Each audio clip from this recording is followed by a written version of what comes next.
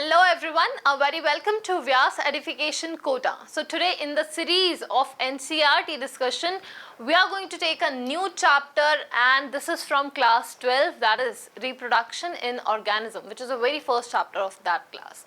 Now, this chapter basically contains 18 questions, and we are going to talk about each and every question here in detail one by one. And on the screen we have very first question of that is, why is reproduction essential for organisms? This question is asking, why is reproduction essential? First of all, reproduction is very essential for living organisms, and if we talk about what is reproduction, then it is a biological process through which different living organisms reproduce to make their offsprings of their own kind or of their similar kind. If reproduction does not exist, then species can end. All the organisms can end in that particular area. If we talk about the reproduction, it is essential to maintain the continuity of species. So if we want to write the answer of this question, then it will goes like this, that first of all it is essential. Yes, it is essential process. It is essential process for living organisms. Of course, for living organisms only, because no non-living organism is exhibiting this kind of property or reproduction. Alright. Now, if we talk about reproduction, then reproduction is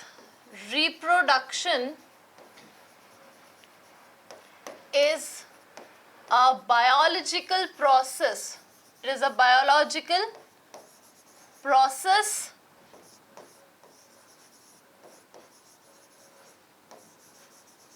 through which the different organisms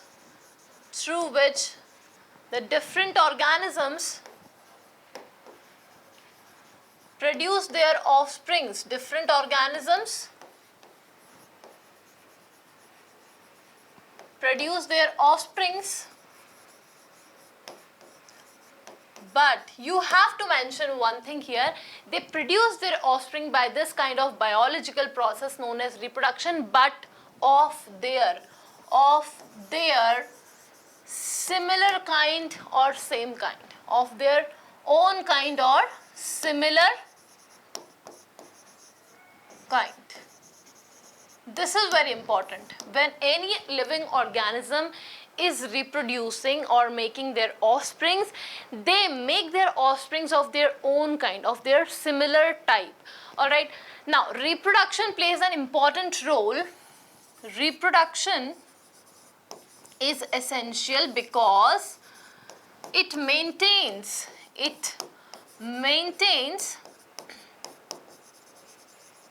the continuity. It maintains the continuity of species. If reproduction is not present, if reproduction is not present, then the organisms of species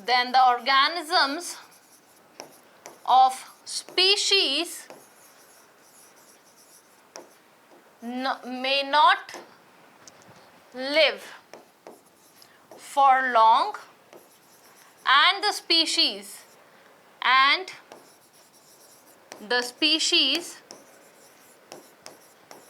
may end, and the species may extinct, we can say. Alright, if the species may extinct or end. So this is why reproduction process is actually essential. First of all, it is essential. Reproduction is a biological process through which different living organisms reproduce their own kind of offsprings. It maintains the continuity of species, and if there is no reproduction, then eventually the organisms in a particular species will die, and the resultant species will get extinct. So this is a complete solution of question number 1. Now we have a second question.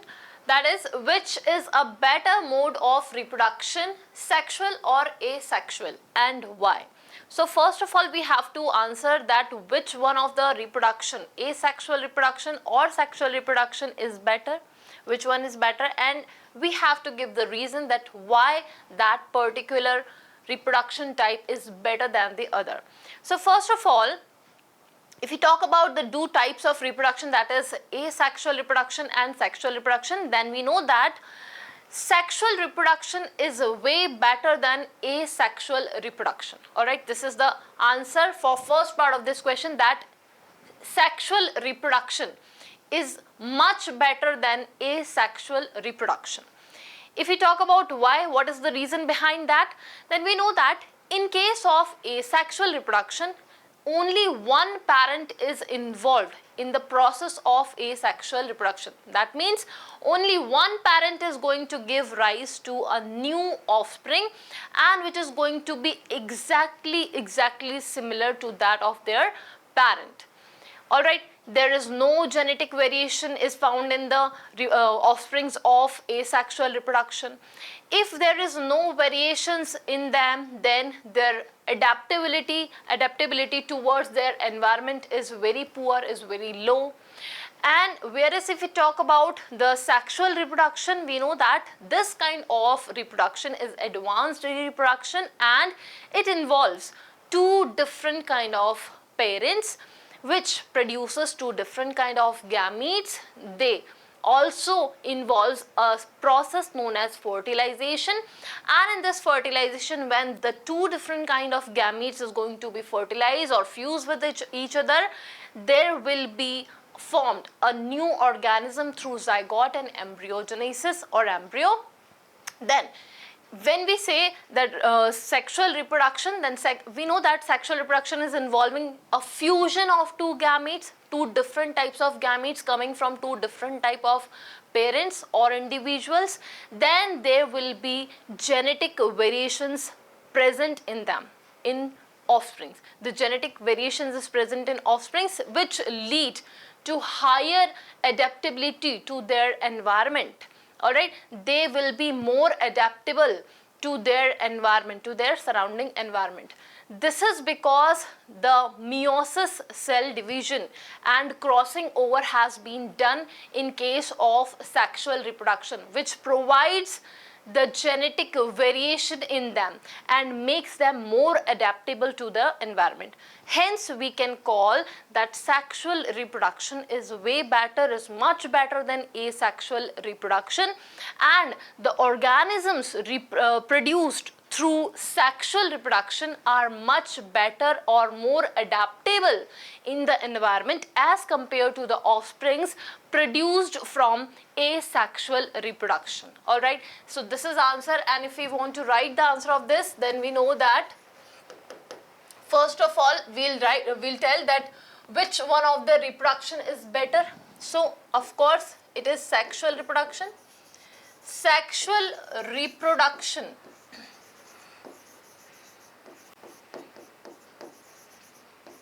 is much better than asexual one, then asexual reproduction.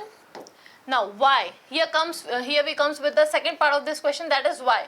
This is because in asexual reproduction,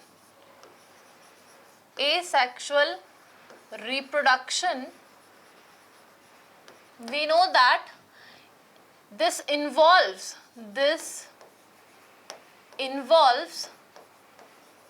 only one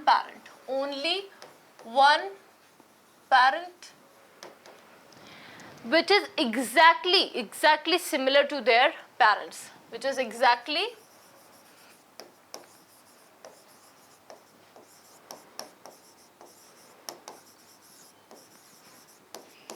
similar to its parent. Why this is so? why the offspring produced through asexual reproduction are exactly similar to its parent? Because there is no formation of gamete is taking place, there is no fusion of gamete is taking place in them, only one individual is contributing in the formation of a new individual. It will all the genetic material, genetic information will be passed from only one parent to its offspring. That is why, this is the reason why all the offsprings or individuals produced from asexual type of reproduction are exactly similar to its parent. So it is exactly similar to its parent because we have to write the reason, because the genetic material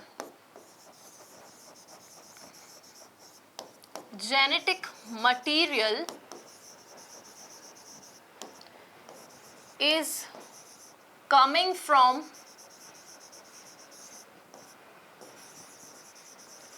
only one parent, only one parent. Hence there will be no genetic variation,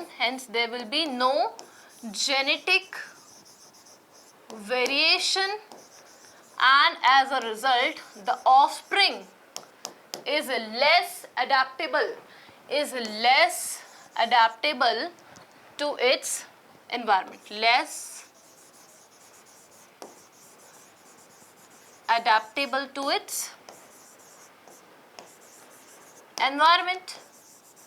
Alright, this is about asexual reproduction. If we talk about the sexual reproduction, then we know that in sexual reproduction, first of all, it involves two parents, two different individuals, two different parents or individuals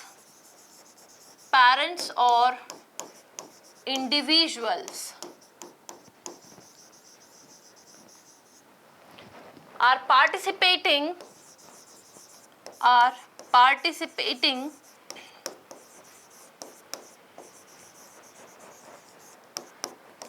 in the formation of offspring,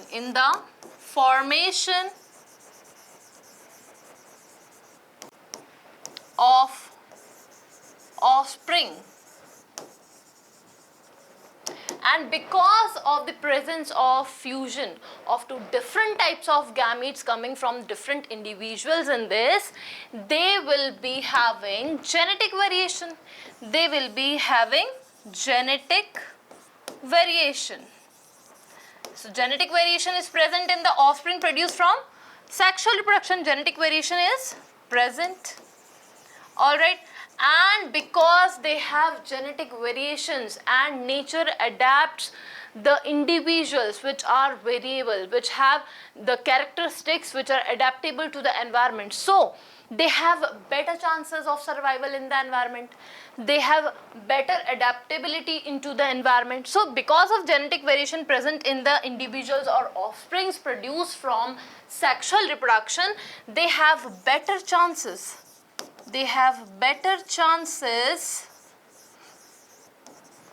of survival, and because they are more adaptable to their environment. So this is why the offsprings produced from sexual reproduction are better. Hence, sexual reproduction is way better, much better than asexual reproduction. So this is the complete solution of question number 2. Now on the screen we have question number 3, that is, why is the offspring formed by asexual reproduction referred to as clone? So first of all, if we talk about what is clone, what do you mean by clone? What is clone? And the question is asking the offsprings produced from asexual reproduction, why they are known as clone, why they are known as clone. So first of all, we have to understand what is clone. So clone is basically a group of organisms who are genetically similar to each other. Clone is a group of organism which includes the organisms which are genetically similar to each other. Now, where do we find these clones? In the reproduction of asexual type. When the offsprings are produced, the new progeny is being produced, all these new progenies or all these new organisms produced through asexual reproduction are exactly similar to their parents. They are exactly similar in case of genetic also, in case of morphology also. So we may say that any individual or any offspring produced through asexual kind of reproduction are exactly genetically as well as morphologically similar to their parents. Why they are similar to their parents? Because there is involvement of only one parent in kind of asexual reproduction. There is no gamete formation as well as fusion of gamete is also not present in asexual reproduction. Hence, we will not get crossing over or meiosis in case of asexual reproduction. Only one individual, only one parent is going to form a new individual, a new offspring or a progeny. That is why the progeny formed, the offsprings formed from asexual reproduction are exactly genetically and morphologically similar to the parents. And these offsprings or these progeny which are genetically and morphologically similar to their parents is termed as clone. Alright, now first of all, answer will goes like this. Why the offspring formed by asexual reproduction referred to as clone? Because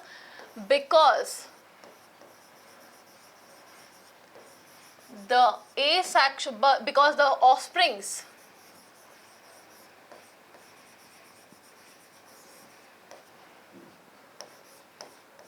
produced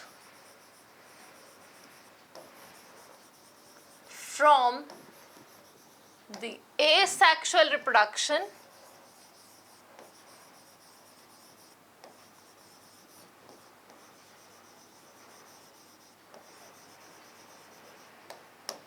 are genetically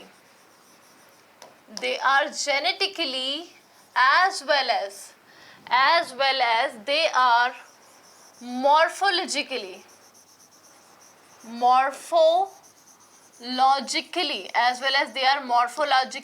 similar, exactly similar to their parents, exactly similar to the parents.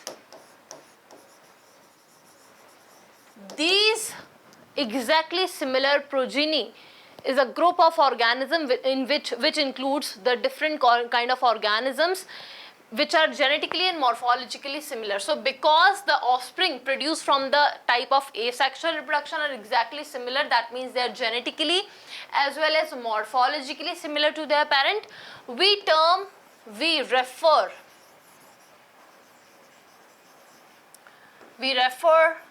these progenies or offsprings, we refer these progenies as clone. We refer these progenies as clone. Now what is clone? Clone is actually a group of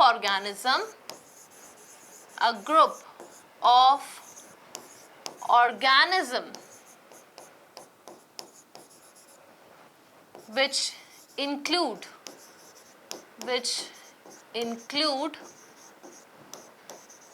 the organisms which include the genetically similar organisms, genetically and morphologically of course, morphologically similar.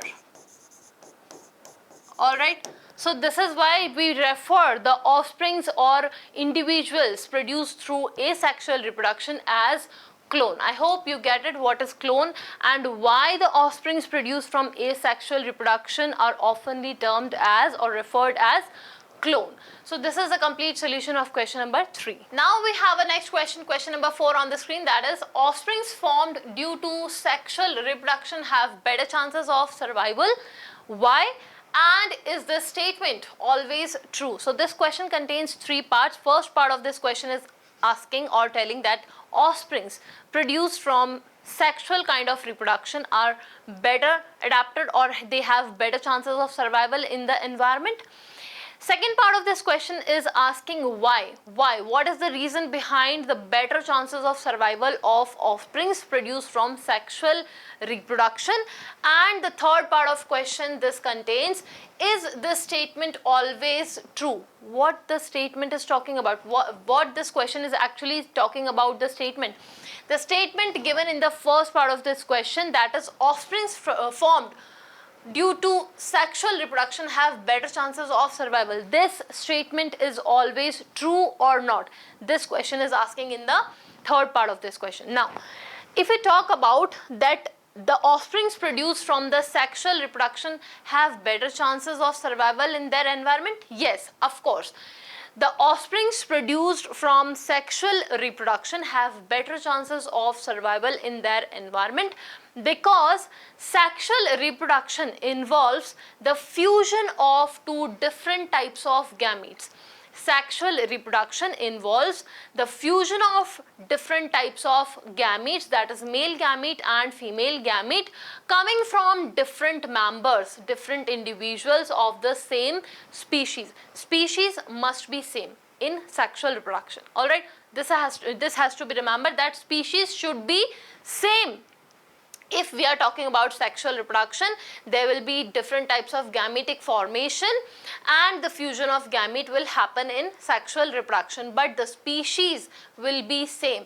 The male gamete, the female gamete coming from different individuals must be belongs to the same species. So sexual reproduction involves the formation and fusion of 2 different types of gametes coming from different individuals of the same species.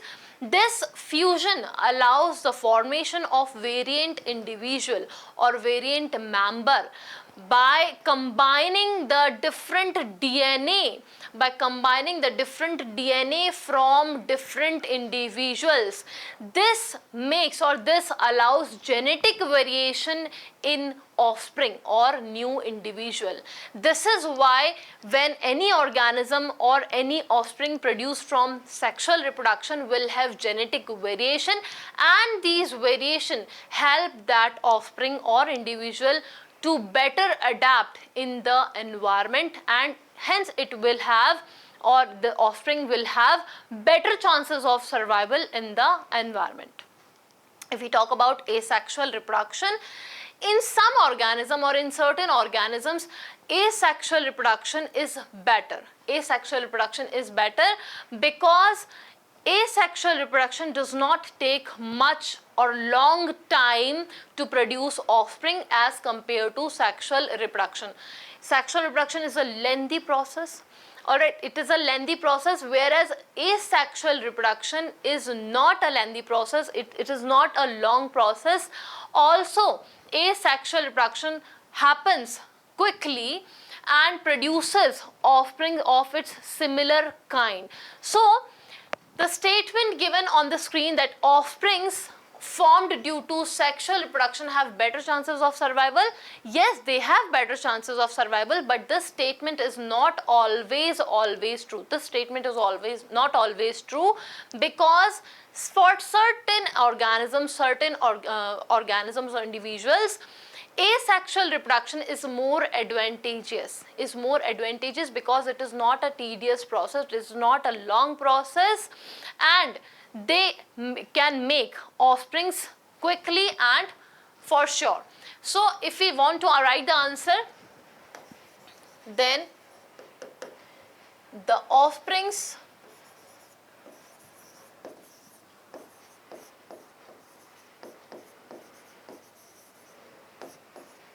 produced from sexual reproduction have better chances of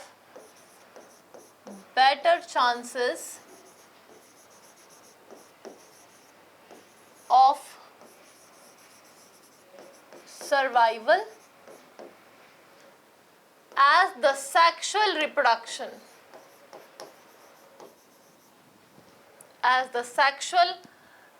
reproduction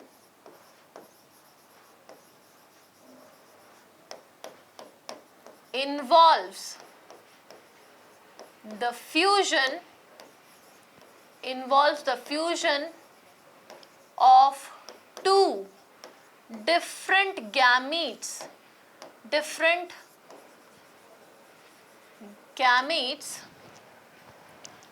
coming from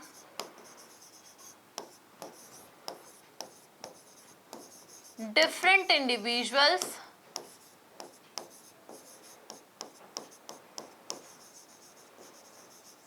of same species,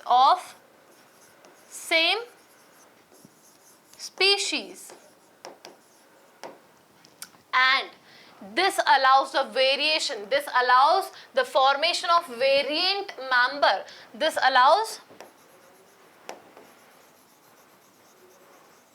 the formation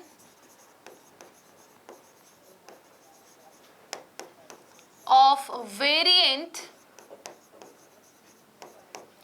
member by combining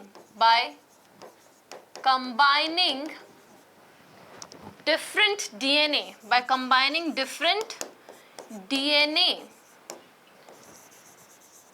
during the process of reproduction, all right. This is why they have better chances of survival in their environment. But the statement given on the screen, the statement given in the question that offsprings produced from sexual reproduction have better chances of survival, this statement is not always true. The statement is not always true. As for certain organisms, asexual reproduction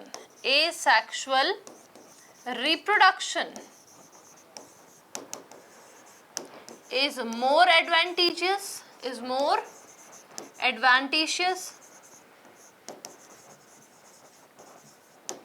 because it consumes less energy and time as compared to sexual reproduction.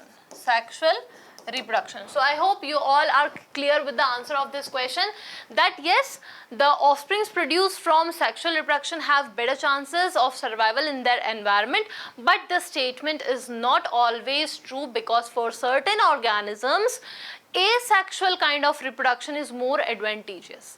Alright, why? Because asexual reproduction consumes less energy and less time as compared to the sexual reproduction. If you talk about the reason behind that, why the offsprings produced from sexual reproduction have better chances, because the kind of sexual reproduction is an advanced type of reproduction and it involves the fusion of two different types of gamete which produces variation in the offspring, and these variations are actually helping the offsprings to adapt in their environment in a better way, and hence they have better chances of survival in their environment. So this is the complete solution of question number 4. Now let's talk about question number 5. How does the progeny formed from asexual reproduction differ from those formed by sexual reproduction? Now we know that what is asexual reproduction and what is sexual reproduction. Let's discuss it once more. We know that asexual reproduction is a biological process in which only one parent is going to form a new offspring or a progeny which is exactly similar to itself. That is similar in case of morphology as well as genetical level. So a progeny formed through asexual reproduction is genetically as well as morphologically similar to its parent. These kind of offsprings who have been produced from asexual kind of reproduction does not show any variation in them, hence they are exactly similar and they are termed as clones. Alright, and because of no variations found in them, they are less adapted to their environment.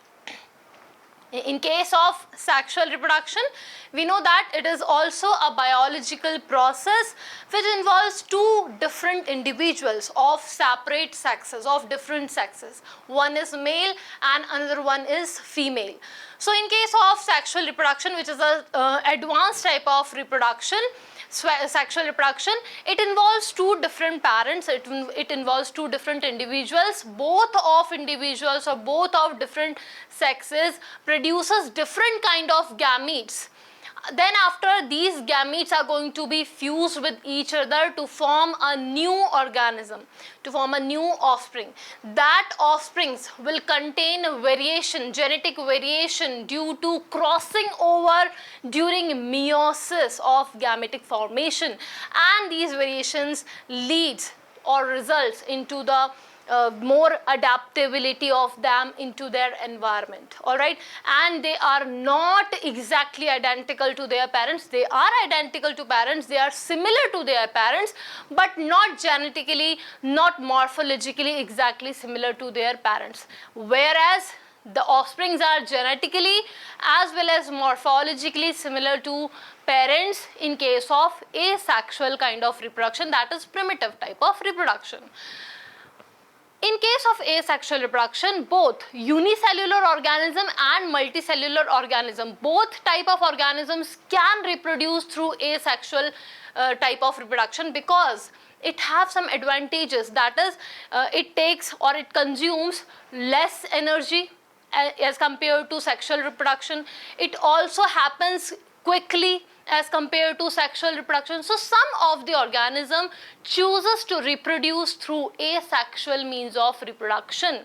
Now on the screen we are going to write the differences of offsprings produced from both these type of reproduction. In the left column we are going to talk about the offsprings produced from asexual reproduction.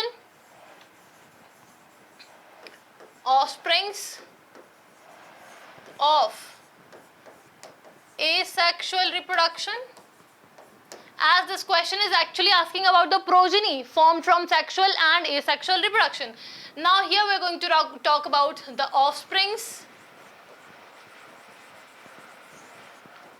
of sexual reproduction. Alright, so first of all we are going to write about the differences between these two types of reproduction. That asexual reproduction, if we talk about the asexual reproduction,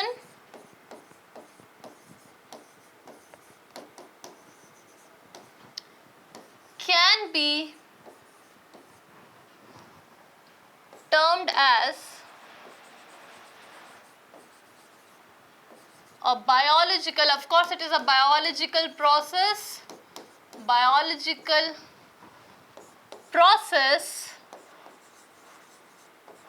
which involves only one parent, only one parent. We know that this kind of asexual reproduction involves only one parent, and there is no gametic formation in asexual reproduction, as well as there is no fusion of gamete. If there is no gametic formation, then there will be no gametic fusion. No gametic fusion occurs in the case of asexual reproduction. Second thing is the offsprings or progeny, the offsprings or progeny produced from asexual or from this type of reproduction are termed as clone. Why is it so? Because they are genetically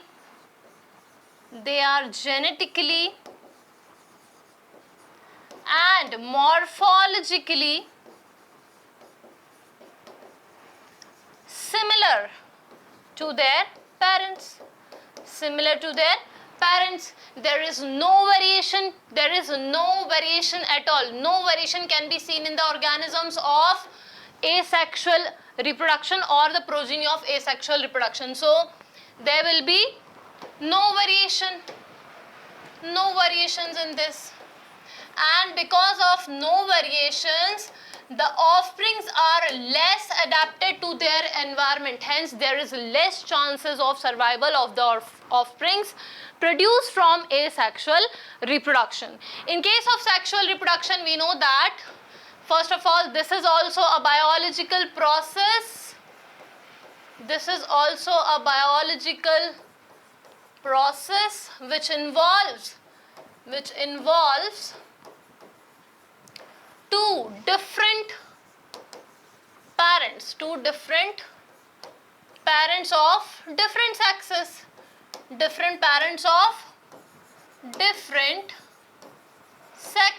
There will be gametic formation, of course. There will be gametic formation as well as fusion as well as formation of gamete occurs in the case of sexual reproduction. The offsprings are not identical, but they are similar. They are of their parents' kind. So offsprings produced are of similar kind. Yes, they are similar kind, but are not exactly similar. That means they have variation. Variations can be seen in the organisms or the offsprings produced from sexual reproduction. That means all the organisms of sexual reproduction or all sexually reproducing organisms have variations among them as well as have variations to their parents. Alright, so if there are variations, they are more adapted, or we can say better chances of survival they have.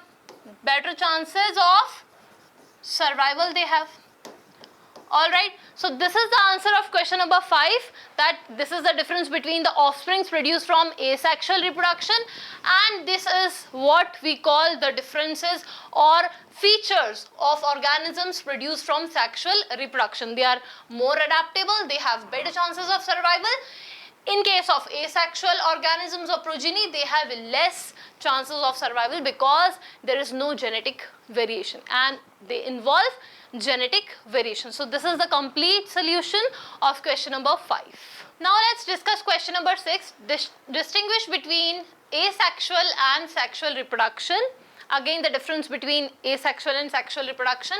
Why is vegetative reproduction also considered as a type of asexual reproduction?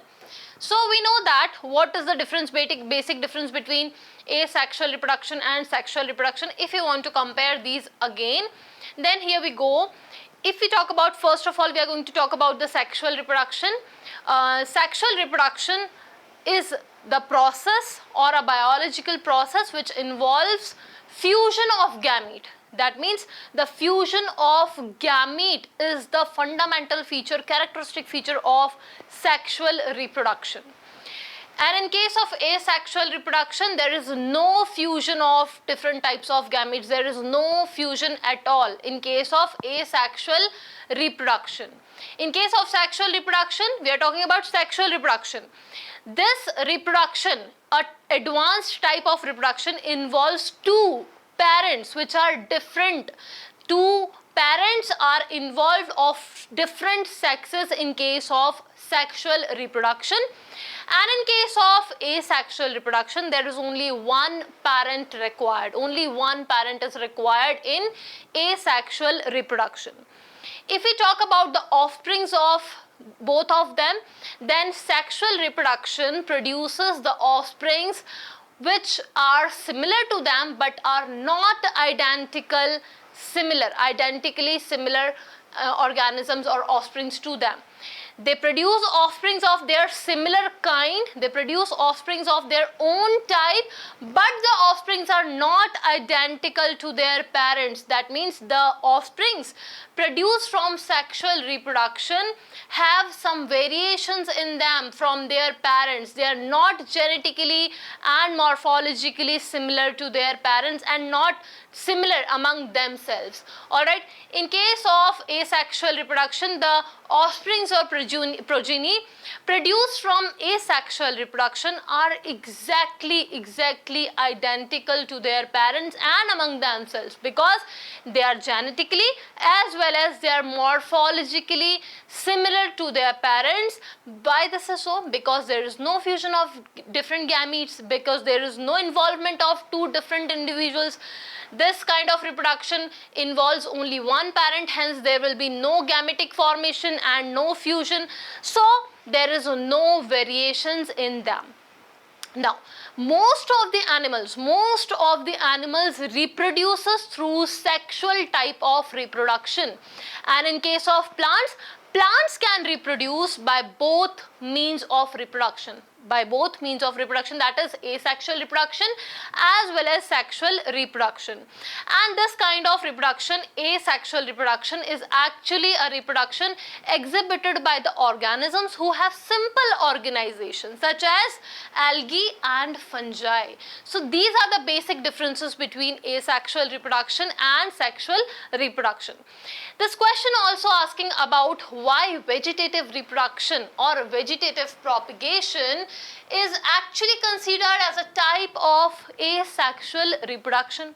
So first of all, what is vegetative reproduction or what is vegetative propagation? First of all, vegetative reproduction is also known as vegetative propagation. It is a process of type of reproduction. It is a process of reproduction through which plants are obtained without formation of seeds or spores. So vegetative reproduction is seen in case of plants commonly, and vegetative reproduction is a type of asexual reproduction because it does not involve gamete formation or gametic fusion. Only plants we are getting or obtained from vegetative propagation without seeds or spores. We can obtain these plants by cultivating the parts vegetatively. Such parts are known as tubers, suckers, bulbs, etc. So if we are getting or obtaining plants vegetatively or from the vegetative parts of a plant such as stems, roots, leaves, etc. So the plants or progeny of plants obtained are said to be the organisms or offsprings produced from asexual type, and hence because the vegetative reproduction is not involving the formation and fusion of gamete, it is considered as asexual reproduction. So first of all, we are going to write about the differences of asexual and sexual reproduction. In the left we are going to talk about the asexual one, and in the right we are going to talk about the sexual one. So here we are going to talk about the sexual. First we are going to talk about sexual reproduction, and here we are going to talk about asexual. Alright. So first is there is gametic fusion. Gametic fusion, and this kind of reproduction does not involve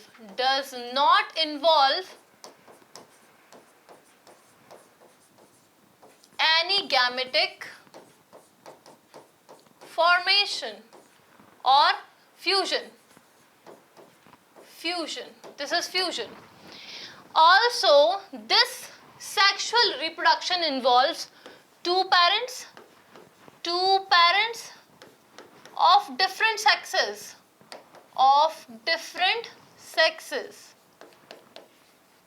And in case of asexual reproduction, only one parent is involved. Only one parent is involved. All right. The third basic difference between these two is their progeny. In case of progeny or offspring, we know that the offsprings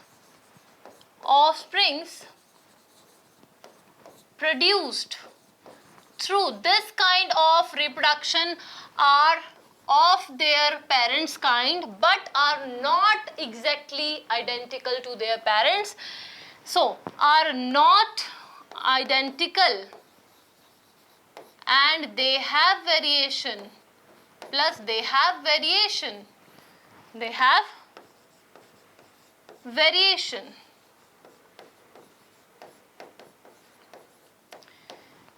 Whereas if we talk about the offsprings of asexual reproduction, they are known as to be clone. The clone is produced. Clones are being produced from the type of asexual reproduction. That means the offsprings are genetically plus morphologically similar.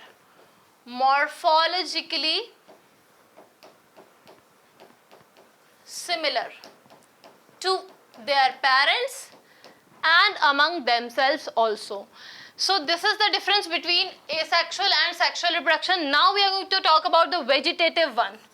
Vegetative reproduction. So vegetative reproduction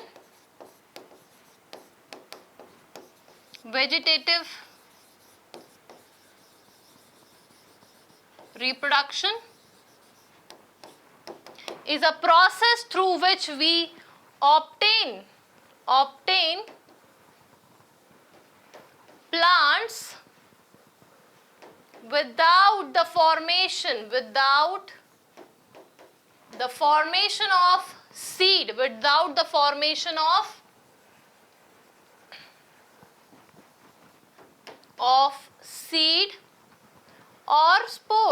or spores. The plants we obtain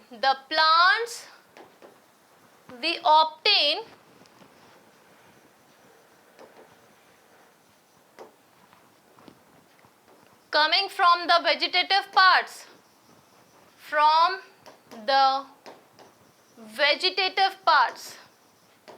we can obtain the plants vegetatively or by vegetative structures such as sucker, tuber, bulb, etc. And there is no gametic formation plus fusion. There is no fusion, of course. Hence, that is why the vegetative reproduction is considered as a type of asexual reproduction. So this is the complete answer or complete solution of question number 6. Now we have question number 7 on the screen. What is vegetative propagation? Give 2 suitable examples. Alright, so first of all, what is vegetative propagation? So vegetative propagation is a type of asexual reproduction. First of all, it is a type of asexual reproduction because it does not involve the gametic formation and fusion. So the proper definition of vegetative propagation goes like this, that vegetative propagation is a type of asexual reproduction in which any individual is going to produce offsprings with the help of any vegetative propagule such as rhizome, sucker, tuber, bulbils, bulb, etc. without the formation of gametes and fertilization of male and female gametes. If we talk about the two examples, we have two examples such as tubers of potato and rhizome of ginger. Alright, so we are going to talk about, or we are going to write about the answer number 7 here. First of all, we are going to talk about the definite description or division of vegetative propagation. So, vegetative propagation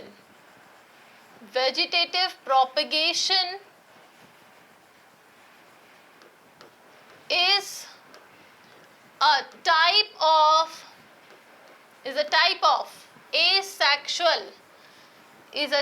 of asexual reproduction. First of all, it is a type of asexual reproduction in which the organism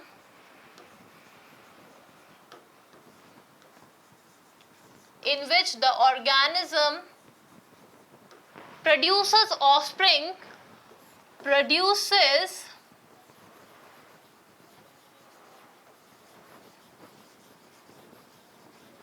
offsprings through any vegetative propagule,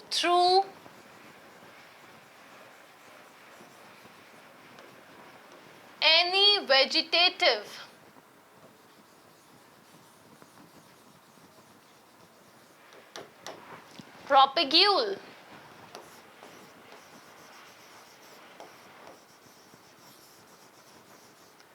such as rhizome, sucker, tuber, bulbs we have, such as sucker, tuber, bulbs, etc.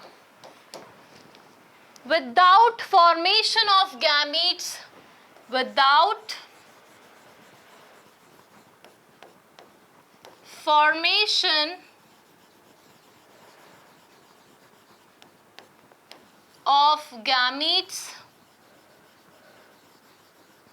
and fertilization, of course, and fertilization as well.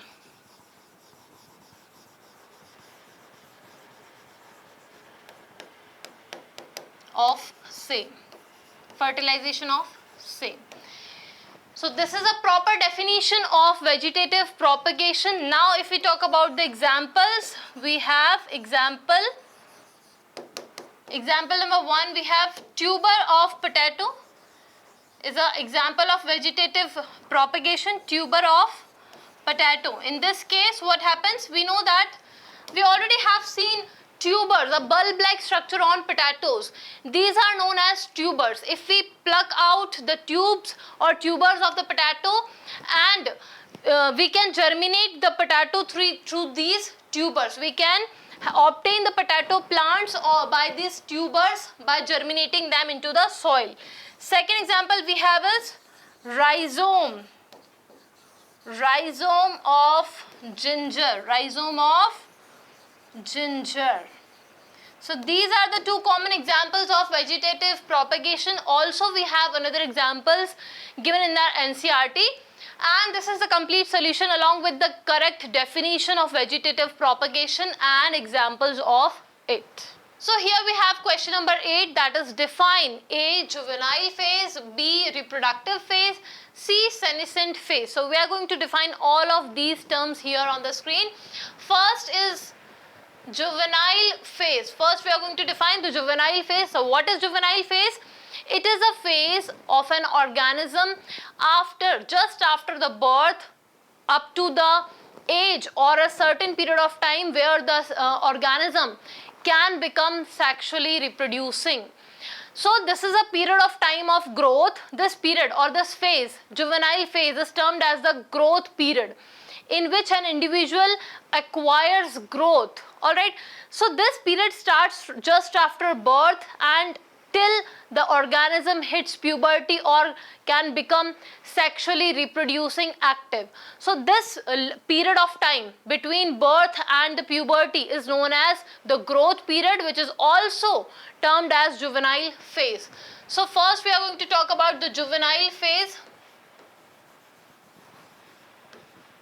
So what is juvenile phase? It is the time period or period of time. It is period of time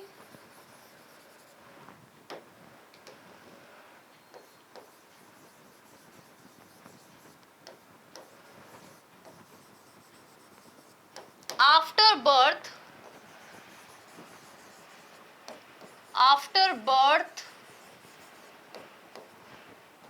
of an individual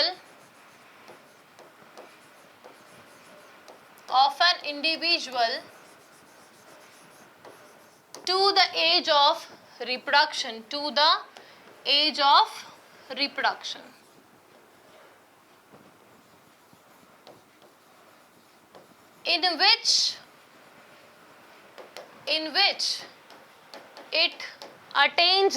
in which it attains growth,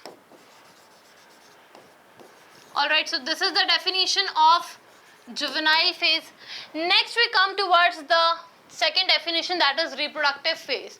So this reproductive phase is a phase in an organism's life in which in a certain period of time the organism attains the capability of reproducing.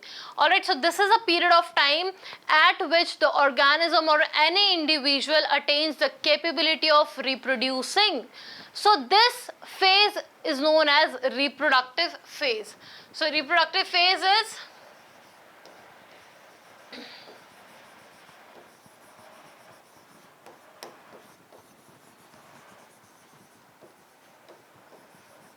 the time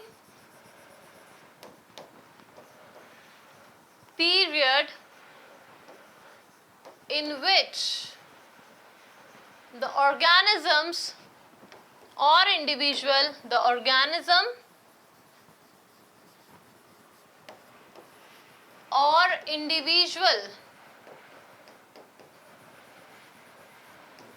attains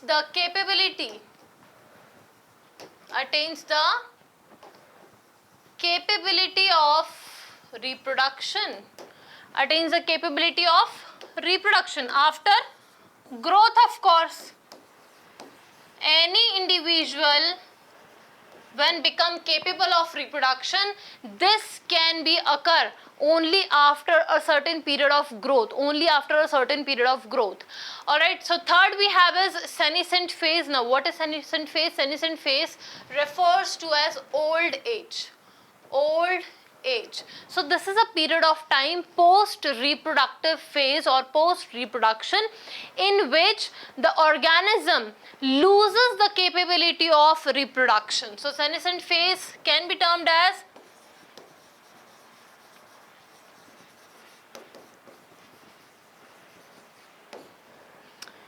the time post reproductive phase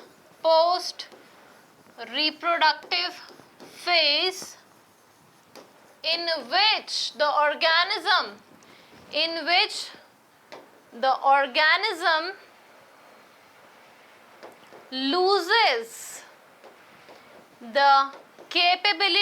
loses the capability of reproduction and is termed as old age. So this is the answer of question number 8. Here is the complete answer, complete definitions of juvenile phase, reproductive phase and senescent phase. Juvenile phase is a growth phase in which the organism attain growth. Vegetative phase is a phase in which the organism after attaining growth becomes capable of reproduction. And the last we have a senescent phase, which is a post reproductive phase in which the organism actually loses the capability of reproduction. So this is the complete solution of question number 8. Now we have question number 9. Higher organisms have resorted to sexual reproduction in spite of its complexity. Why? So first of all, higher organisms reproduces through sexual kind of reproduction, sexual means of reproduction, because in this reproduction, what happens in this reproduction, the male and female gamete, the male and female, which are the two different gametes coming from the two different individuals, fuses with each other. After the fusion, we will get a zygote. Zygote is a single cell structure and is diploid in nature, containing the information from both of the different two types of gametes, from male and female parent. Alright, so in this type of reproduction, in a sexual reproduction, the gametes, the male gamete and female gamete, going to be fused with each other to form a zygote.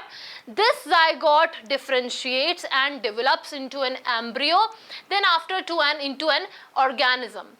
This kind of sexual reproduction actually helps to introduce variations in organisms which can help them to survive or adapt to their environment in a better way and provide better chances of survival. That is why the higher organisms actually reproduces through sexual reproduction. Alright, so if you want to write the answer, then here we have answer of this question. All higher organism.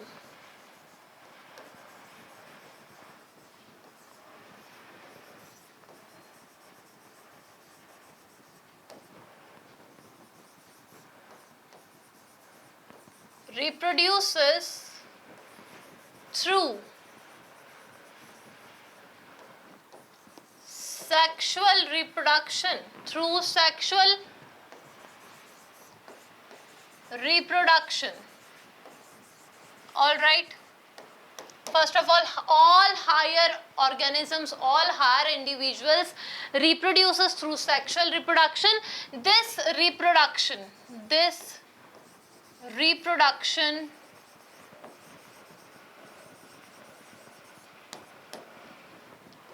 involves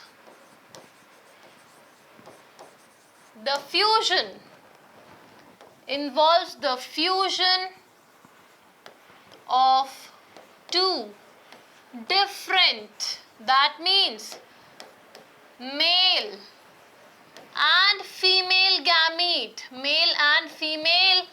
gamete coming from the two different parents, that is male and female parent, which result into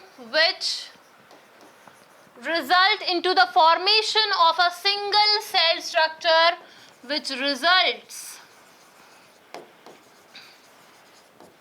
into the formation of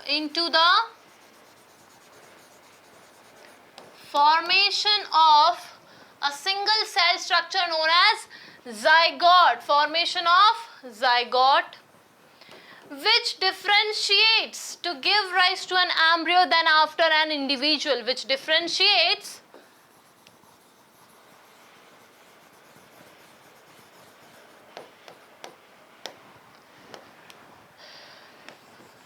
to give rise to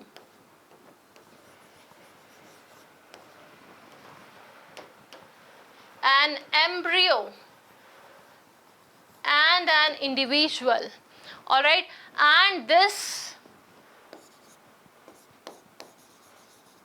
reproduction or a type of reproduction helps to introduce variation, Why this is so?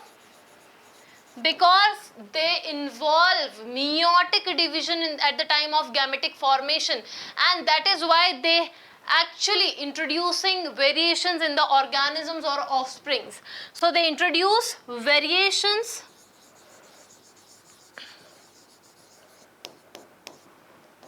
in offsprings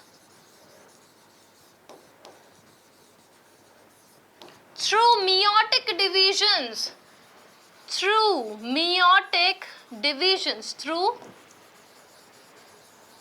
meiotic divisions and crossing over. Meiotic division and crossing over. And also this helps the organisms to adapt to their environment very well or in a better way, and also helps them to have better chances of survival. So they help the organisms or offsprings to adapt to their environment, plus better chances of survival is being provided to the offsprings, better chances of survival. That is why higher organisms reproduces through sexual means of reproduction. So this is the complete solution of question number 9. Now on the screen we have question number 10, that is explain why meiosis and gametogenesis are always interlinked. First of all, gametogenesis and meiosis are always interlinked. Yes, they are always interlinked, but these are two different things. So we are going to discuss what are these two different things and why these are being linked to each other. So first of all, to answer this question, we have to know that what is gametogenesis. What do you mean by gametogenesis? This is a term used for a process, biological process occurring in our body. So this term suggests genesis. In this term suggests the formation. Genesis means always the formation. And also a second word in this we have gamete. So gametic formation is taking place in any organism. This is known as gametogenesis. So gametogenesis is actually a biological process occurring in any individual through which the gametes are going to be formed. Or simply we can state that the process of formation of gametes, is termed as gametogenesis. Alright. If we talk about the meiosis here, then meiosis is a type of reductional cell division. It is a type of cell division. Meiosis division or meiotic division is also termed as, or is also known as, reductional division.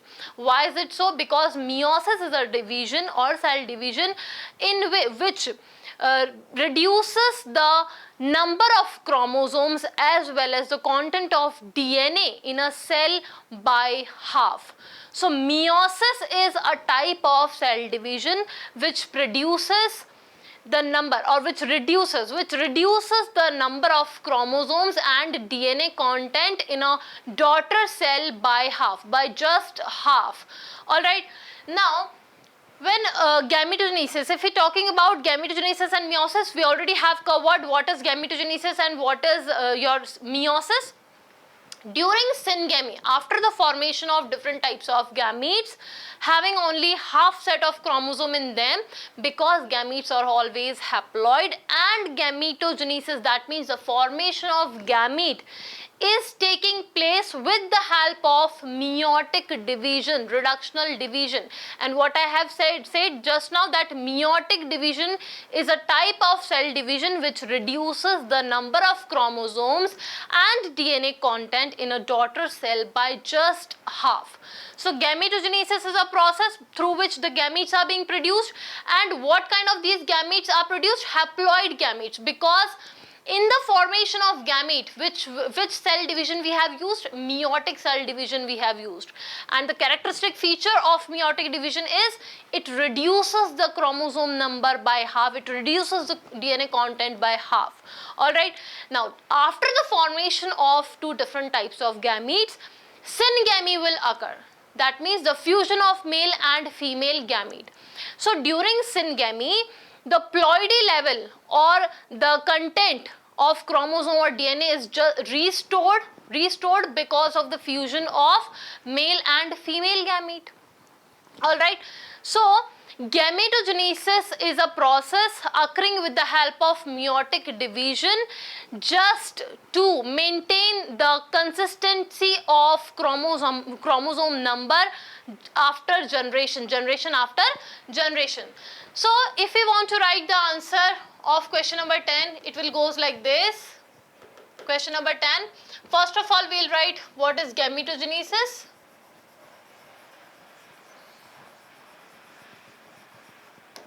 So gametogenesis is just the process, although it is a biological process, but it is a process of formation of gamete. Alright, so the process of formation of gamete is termed as gametogenesis. If we talk about the meiosis, then it is a type of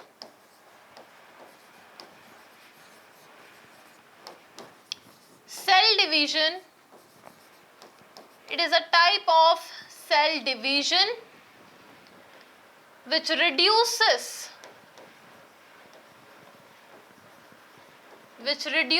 the chromosome number,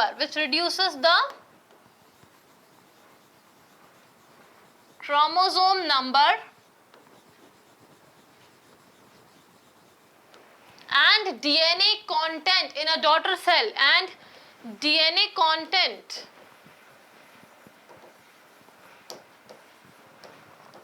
in a daughter cell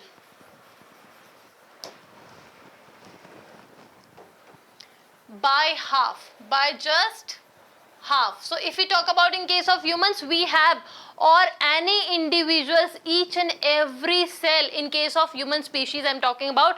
If you're talking about human, each and every cell of human's body is diploid. That means we are having 46 chromosomes in each and every cell of our body. And when we produce gametes, we produce gamete with half number of chromosomes, that is 23 number of chromosomes. When we make gamete, or when we form gametes and we fertilize, the for information or the diploidy is actually restored by the fusion of two different types of gamete in us. So this is gametogenesis, this is meiosis. Next is during the syngamy, which is the another term for fertilization. Syngamy is the another term for fertilization. During the syngamy, the chromosome or ploidy, actual ploidy of an organism is restored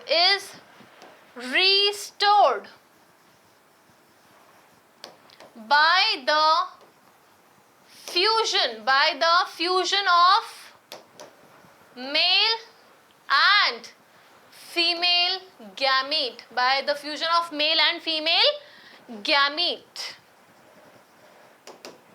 Now the gametogenesis, this is very important. Gametogenesis happens with meiotic division,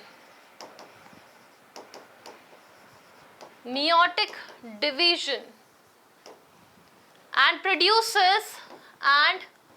produces haploid gametes. Okay, now if we talk about the gametogenesis, which is a process of formation of gamete, this process of formation of gamete is taking place with the help of meiotic division, that is reductional division, and will result into the formation of haploid gametes. So the haploid gametes are going to be formed. Haploid gametes, and why this is so? So that they can maintain the consistency, they can maintain the consistent number of chromosomes at the time of fertilization. All right, this is why the formation of haploid gamete is must, and the gametogenesis, which is the process of formation of gamete, is happening through meiotic divisions or reductional division, just to maintain the consistent number when the new offspring is being produced from the fusion of two different types of gametes. So this is the complete solution of question number 10. Now on the screen we have question number 11, that is identify each part. We have to identify each part of flowering plant and write whether it is haploid or diploid. Basically, from these options we have to choose each and every option, and we have to tell the ploidy level of each of these parts or organisms or whatever we are given on the screen. So first, if we're talking about the A, that is ovary. So we have to find that whether the ovary is actually haploid in nature or diploid in nature. Now what is haploid or diploid in nature? That means we have to tell whether the organism or whether the part given to us to identify is actually having a full set of chromosome or a half set of chromosome. If the cells of any part or any organism is containing only half set of chromosome, then it is said to be haploid in nature. And if any cell or if every cell of that part or of organism is actually having full set of chromosome, that means the part or that individual is known as diploid in nature. For example, if we talk about the human body, if we talk about our body, each and every cell of our body is actually diploid in nature. Why it is diploid? Because we have a full set of chromosome that is fixed in number. That means we have, or each and every cell of our body have 46 number of chromosomes or 23 pair of chromosomes. And the gametes produced in our primary sex organs, that is testis and ovary. If we talk about the gametic formation, the gametes, that is ovum and sperms, they are not diploid. The cells in our body, the main cells, the gamete cells are not diploid, as they are not diploid because as they are containing only half set of chromosomes, that is 23 number of chromosomes only. Why this is so? Because the gametic formation is set just like that to maintain the consistent number of chromosomes in a new organism or in a new offsprings. Alright, now we have to identify the ploidy level of each of these things given on the screen. So first we have is ovary. In case of plants we are talking about, alright, flowering plants. So we know that ovary is a part of a flower, alright. Ovary first of all is a part of a female reproductive part. We know that female reproductive part is contained or retained on the flower. Alright, flower is the reproductive structure of angiospermic plants or of all flowering plants. Flower is a reproductive structure in which the female reproductive organ or female reproductive structure and male reproductive structure retain on it. If we talk about the female reproductive structure or female reproductive organ in a flower, that is pistil or carpel. The pistil or carpel, which is a female reproductive organ, is made up of three parts. That is stigma, style and ovary. Stigma, style and ovary. So stigma, style, ovary or whole ovary is actually part of female reproductive organ. Female reproductive organ is pertained on the flower. Flower is a structure on the sporophytic plant body which is diploid in nature. The whole body of plant, angiospermic plants or flowering plants is actually sporophyte, that is diploid in nature. So if ovary is not a gamete and is part of the body and is part of the flowering plant only, then it will be diploid in nature, because this is a part of plant and each and every cell of a plant, each and every cell of a flowering plant is diploid in nature. So hence ovary is also diploid in nature. Ovary is also diploid in nature. If we talk about anther, So we know that all flowering plants or all angiospermic plants have flowers as their reproductive structure, inside which we find the male reproductive organ and the female reproductive organ. We have talked about the female one. Now let's come towards the male reproductive organ. We know that the male reproductive organ is known as stamen. That stamen, being a male reproductive part of a plant, is containing two parts in it, anther and filament. Anther and filament compose together to form a stamen and is a part of a plant only. It is not a gamete. Inside anther, some special cells are there which are going to give rise to male gametophyte and male gametes, but the anther is actually a part of whole plant. And we know that if we talk about the ploidy level of a plant body, it is diploid in nature, and if each and every cell of a plant body is diploid in nature, then anther, being the part of a flowering plant, it is also diploid in nature. So anther is also diploid in nature. Alright. Third is egg. Now egg, pollen grains and male gametes, sperms, ovum, all these are known as gametes. And every time if we talk about the gametes are always haploid. The gametes are always haploid in case of diploid organism also. So if we talk about the organisms like us humans, if we talk about the plants like angiospermic plants or flowering plants, the main plant body or the main human body is actually diploid, because each and every cell of a human body and each and every cell of a plant body is diploid or containing full set of chromosome in them. But they produces gamete for their fertilization to continue their species, So when we form gametes such as egg or ovum and sperm cells in case of male humans, when plants also make gametes such as egg and male gametes, they form gametes in haploid form. That means the gamete we are going to produce are containing only half a set of chromosomes. Hence it is universally accepted, it is universal truth that always gametes, without exception, the gametes are always haploid in nature. So gamete, egg is a female gamete, hence it is haploid. It is haploid. So if we talk about the pollens, so pollens are also haploid in nature. Why they are haploid in nature? Let's understand this. Why pollens are haploid in nature? As they are not gametes, and I said that only gametes are the haploid structures in the sporophytic or a diploid body. Yes, gametes are always haploid, but a gametophyte in case of flowering plants are also haploid. So pollen grain in case of flowering plants. In case of flowering plants or angiospermic plants, first of all, what is pollen grain or pollen? Pollen grain or pollen? It is male. It is male gametophyte. It is male gametophyte, which is produced from the meiotic division.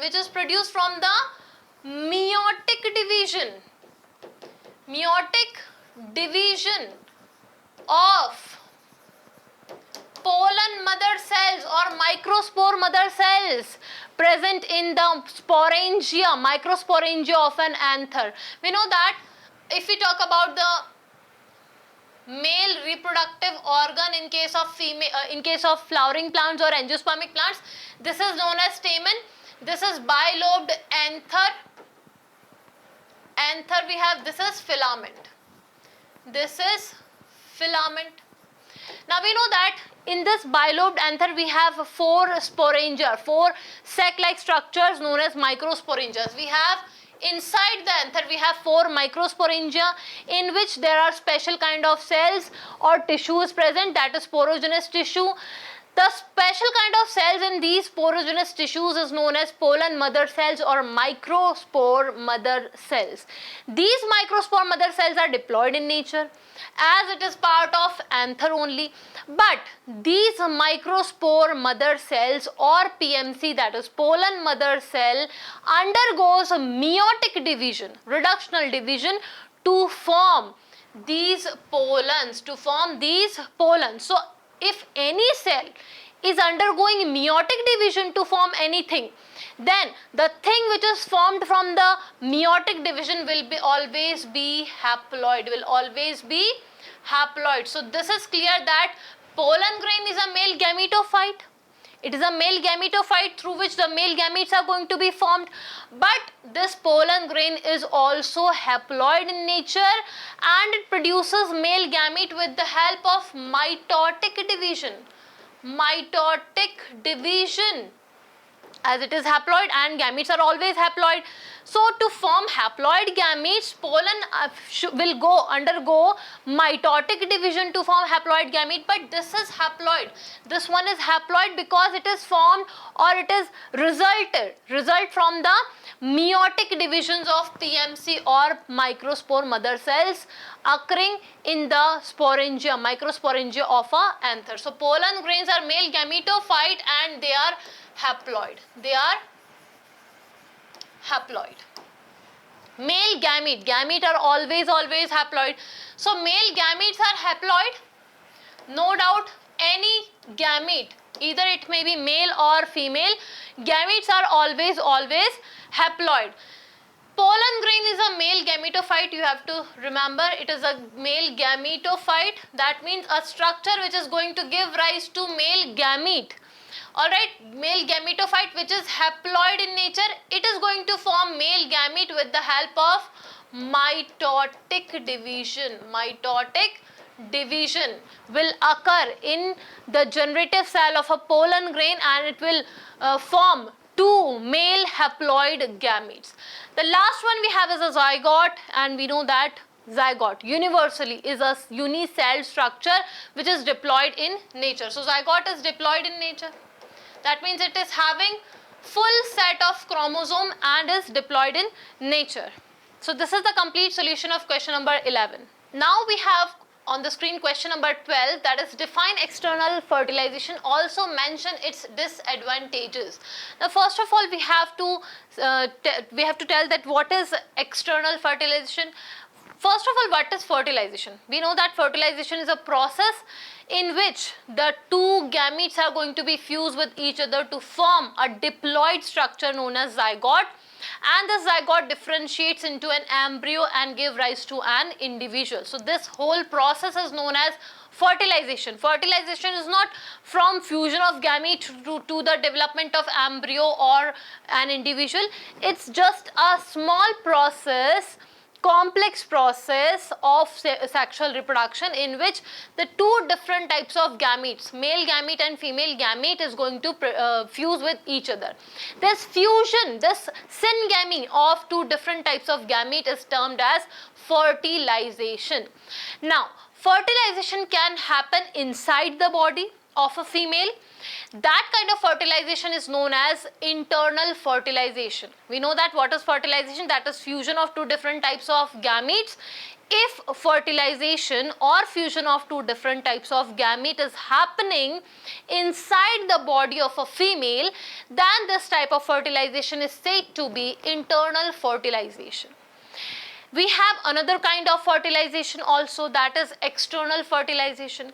When a fertilization or the fusion of two different types of gametes, that is male gamete and female gamete, is not taking place, when the fusion or fertilization of gamete is not taking place inside the body of a female, rather than it is happening just outside the body of a female, primarily in water, that kind of reproduction is known as external fertilization.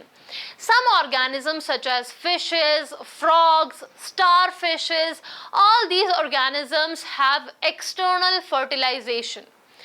Now, if we talk about the disadvantages of external fertilization, then in case of external fertilization, there are fewer chances, very less or fewer chances of eggs to get fertilized. which leads to the wastage of a large number of eggs produced during this process. All right. Also, there is no parental care. There is no parental care possible, proper parental care possible provided to the offsprings, and this results into the lower rate of survival in the progenies. Alright, so these are the disadvantages of external fertilization. If we talk about the internal fertilization, we know that in case of internal fertilization, there are maximum chances. As compared to the external fertilization. There are very high chances of getting fertilized of female and male gametes.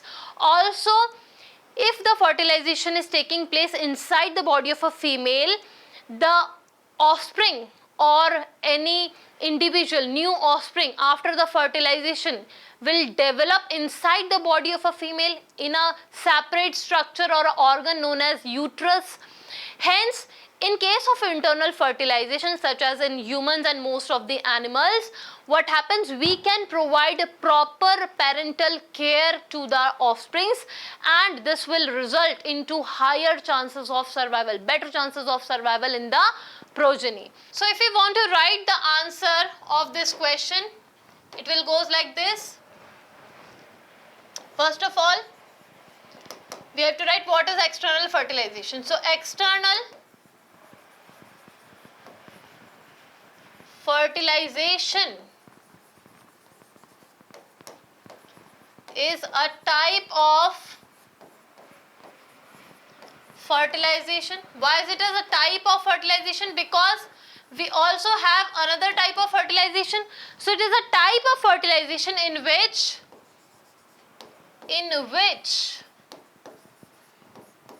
the male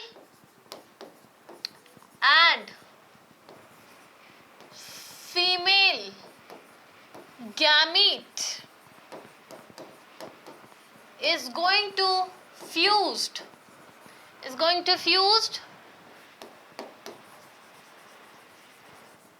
outside the body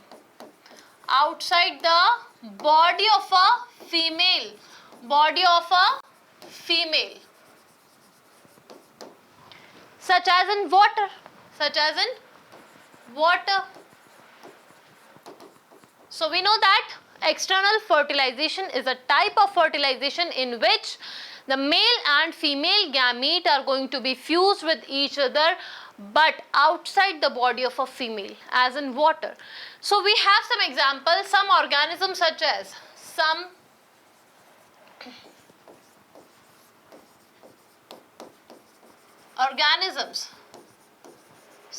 as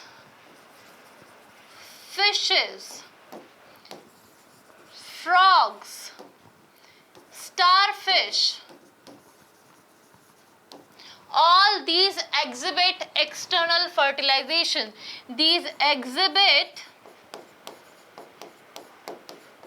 external fertilization. Alright, now if we want to talk about the disadvantages of external fertilization, they are, if we talk about the disadvantages of external fertilization, first we have is there are fewer, very less chances. There are fewer chances. There are fewer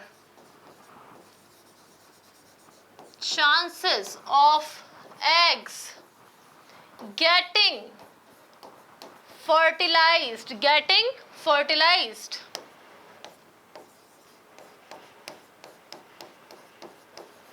This leads to the wastage of eggs produced during the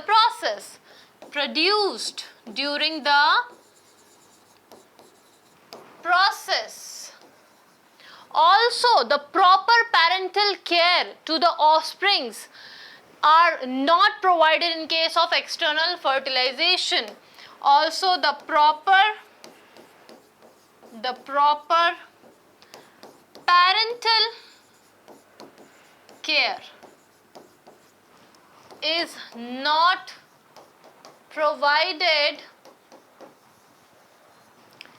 to the offsprings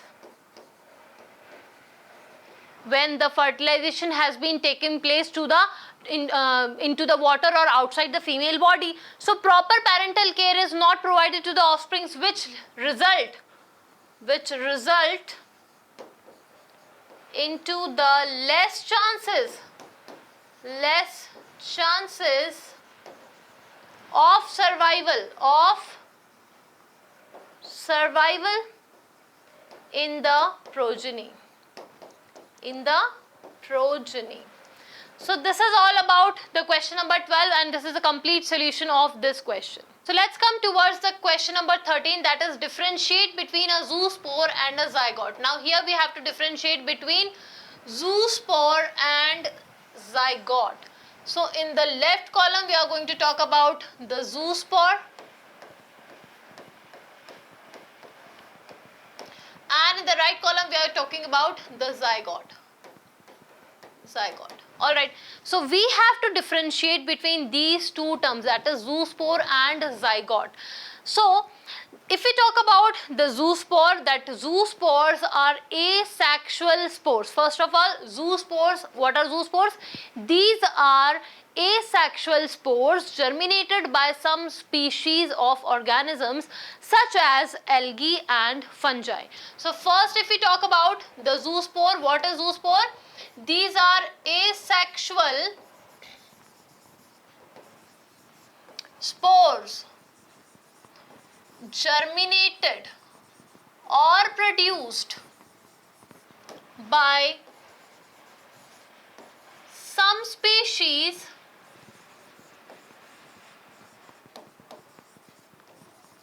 such as fungi and algae. Alright, if we talk about the zygote, what is zygote? It is a diploid cell or is a diploid structure which is formed from the fusion of different types of gametes, So zygote is a diploid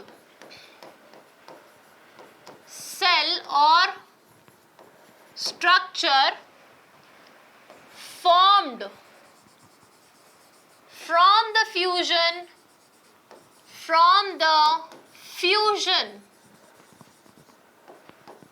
of gametes, different types of gametes, of course. Now if we talk about the second point of zoospore, then the zoospores are flagellated and motile. So they are flagellated, that means they have flagella, they are flagellated plus they are motile. Because of the presence of flagella, they are motile. They can go from here to there. They are motile because of the presence of flagella. In case of zygotes do not contain flagella. They do not have flagella.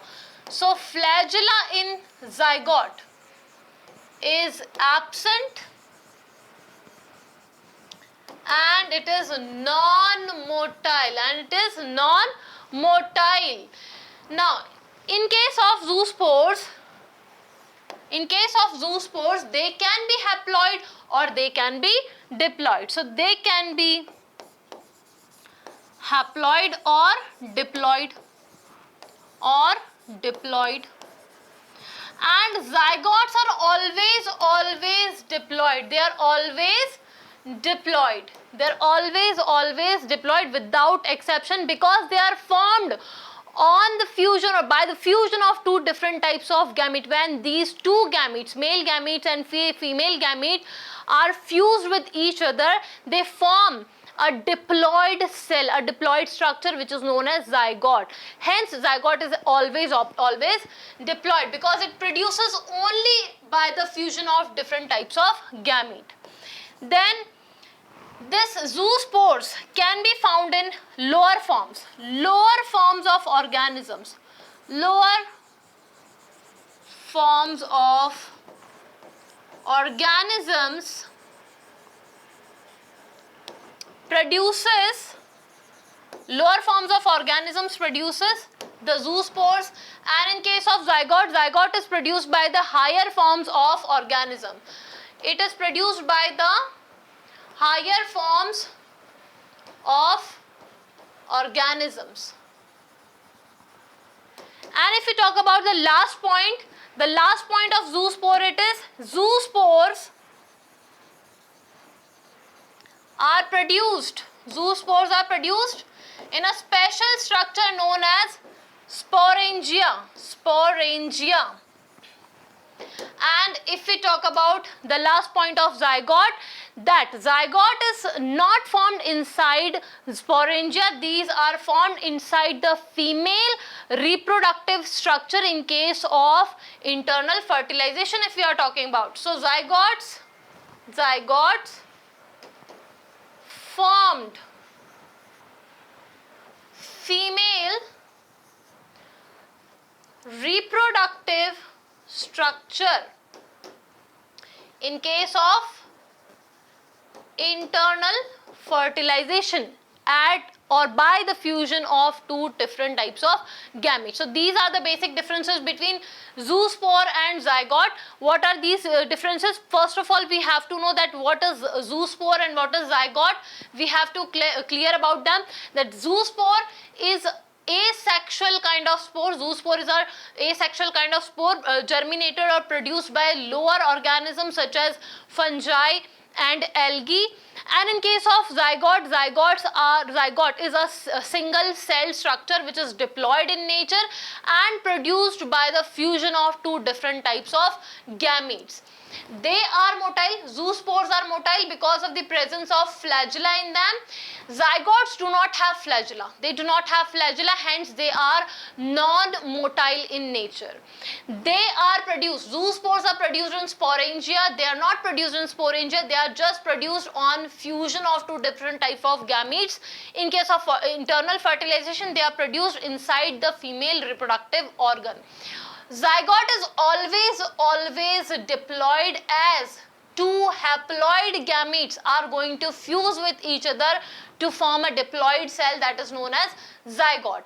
Hence zygote is always diploid structure. And in case of zoospore can be haploid and they can be diploid. So this is the complete solution of question number 13 here. Now here we have question number 14 on the screen, which is differentiate between gametogenesis and embryogenesis. So we have to differentiate between these two, and these two are the separate processes occurring in all the sexually reproducing organisms. Only sexually reproducing organisms will have these two processes or exhibit these two processes, such as gametogenesis and embryogenesis.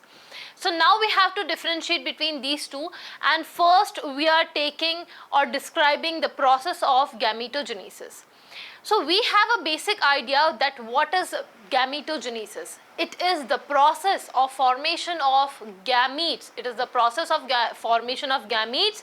Two different types of gametes are produced in two different types of individuals in all sexually reproducing organisms. Sometimes two different types of gametes, that is your male gamete as well as female gamete, can also be formed in one individual. That means sexual reproduction can also occur with only one parent. This is not necessary that sexual reproduction can have only two parents. Hermaphrodite animals, or we can say the bisexual animals, can also reproduce sexually, and in that case only one individual, only one parent is going to produce two different types of gametes in its body. These two different types of gametes, the male gamete and female gamete, is going to fuse with each other to form zygote and further processes. Now, if we are talking about the gametogenesis, we know that gametogenesis is first of all a process of formation of different types of gametes in different types of individuals, or it also can happen, or it also can occur in only one individual. If we talk about the plants, gametogenesis happens. That means the formation of gametes occurs in special structures known as gametangia. If we talk about the gametangia is specialized structure known as microsporangia and megasporangia for the formation of male gamete and female gamete respectively. In case of animals, the gametogenesis process, that means the formation of gametes, takes place in gonads. Now, what is gonads? Gonads are special structures present in our body which facilitates or provide the site for formation of gametes. In case of males, we have testes. In case of females, we have ovaries. So ovaries and testes are the gonads, and these gonads provide the site for formation of gametes. Now, these gametogenesis process, or the formation of two different types of gametes occurring in all sexually reproducing organisms. Thus, gametogenesis involves various divisions, both type, that is your mitotic division as well as meiotic division. Now, the cells which are going to give rise to the gametes, either it may be male or female. The specialized cells present in your primary sex organs or gonads, which are going to give rise to the gametes, these special cells are known as germ cells, and these germ cells undergo a repetitive divisions of mitotic as well as meiotic division. So gametogenesis is a process of formation of gametes. So answer 14, gametogenesis is a process through which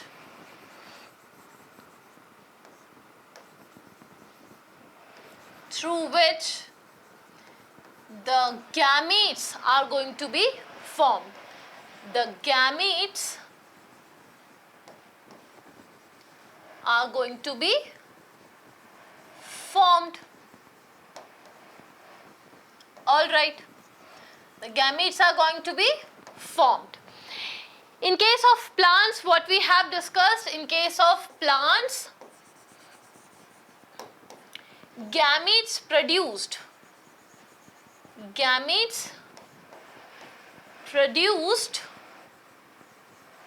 in gametangia,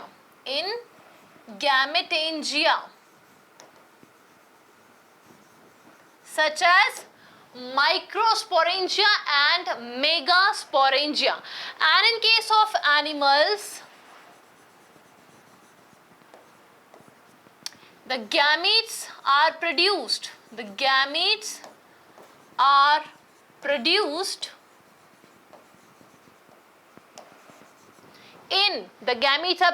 testis and ovary, and testis and ovary collectively are known as gonads. So in case of animals, gametes are produced in gonads. The special kind of cells present in your gonads which are going to give rise to gametes are known as germ cells. So the specialized cells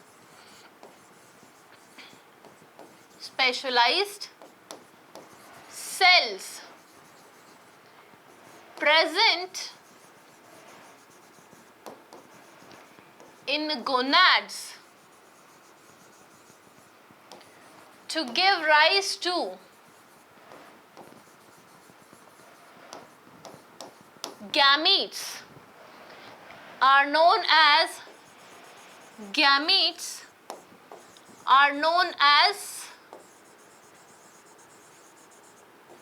germ cells, Alright, these germ cells undergo repetitive divisions of both type, that is mitotic division and meiotic division, to give rise to different types of gametes. So this is all about the gametogenesis. Now we comes with the embryogenesis. We have to differentiate between gametogenesis and embryogenesis. We have completed the gametogenesis.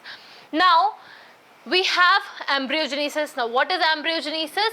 As the name suggests, embryogenesis, that means genesis or the formation of embryo is taking place. A process, embryogenesis is a process in which the embryo is being formed from zygote. So this is a process in which embryo is formed from zygote. Alright, first of all, this is the basic definition of embryogenesis, that embryogenesis is a process through which the embryo is being developed from zygote. It starts from unitation of different types of gametes, that is male gamete and female gamete. When male and female gamete unite to each other or fuses with each other, they form a unicellular structure, that is zygote, which is diploid in nature. This zygote differentiates and develops into an embryo, then finally into a new organism or into an offspring. Alright, in case of humans or in case of animals, embryogenesis have following phases, that is cleavage, gastrulation, neurulation and embryonic development. That means it will transform or develop into a new organism. In case of plants, embryogenesis have following stages, such as the zygote will occur, the zygote formation will take place from the unitation or fusion of two different types of gametes, that is male gamete and female gamete. Once the zygote is being formed, it will convert into heart-shaped embryo. First it will convert into globular embryo, then it will convert into heart-shaped embryo, and finally it will get convert into a mature embryo. So this is all about the embryogenesis, and I'm going to write about the embryogenesis here. So embryogenesis. First we are going to write about the definition of embryogenesis. So the process of formation of an embryo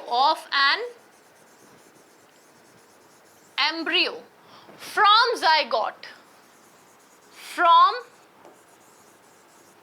zygote, alright, it means this embryogenesis starts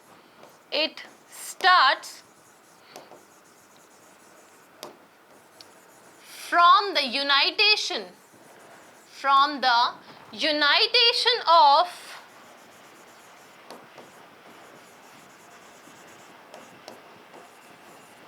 male and female gamete,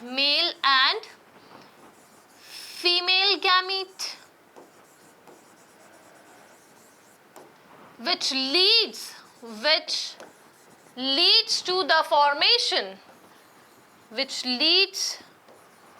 to the formation of a unicellular zygote and is diploid, which is diploid. In case of animals or human beings, we have following stages in embryogenesis, which includes cleavage, gastrulation. All these are the steps of embryogenesis. Gastrulation, then we have neurulation, and then finally the development of embryo or individual takes place. And in case of plants, we have first is zygote formation. zygote is being formed from the unitation or fusion of two different types of gamete, then globular embryo will form. Then after a heart-shaped embryo will form, and finally a mature embryo we will get. So this is the complete solution of question number 14, which includes the distinguishing features or the differences between gametogenesis process and embryogenesis process. Gametogenesis is simply a process which includes the formation of two different types of gametes. These two different types of gametes are male gamete and female gamete, and this two different types of male and female gamete can form inside only one individual and also can form inside two different or separate individuals as well. And embryogenesis is a process in which embryo is being developed from zygote. Zygote is formed after the fusion of two different types of gametes. This zygote will transform into embryo. It will differentiate and develop into an embryo. This process of differentiating and developing into an embryo from zygote is actually known as the embryogenesis, and embryogenesis have following stages in different animals and plants. So this is the complete solution of question number 14 here. So now here we comes with the question number 15 on the screen, that is, describe the post-fertilization changes in a flower. We have to describe the changes which occurs after the fertilization in case of flowering plants. Now, after the fertilization, we know that a formation of a unicellular structure which is diploid in nature is going to be formed, that is zygote. Now, this zygote occurs, or this zygotic formation takes place only after the fertilization or fusion of two different types of gametes, that is male and female gamete.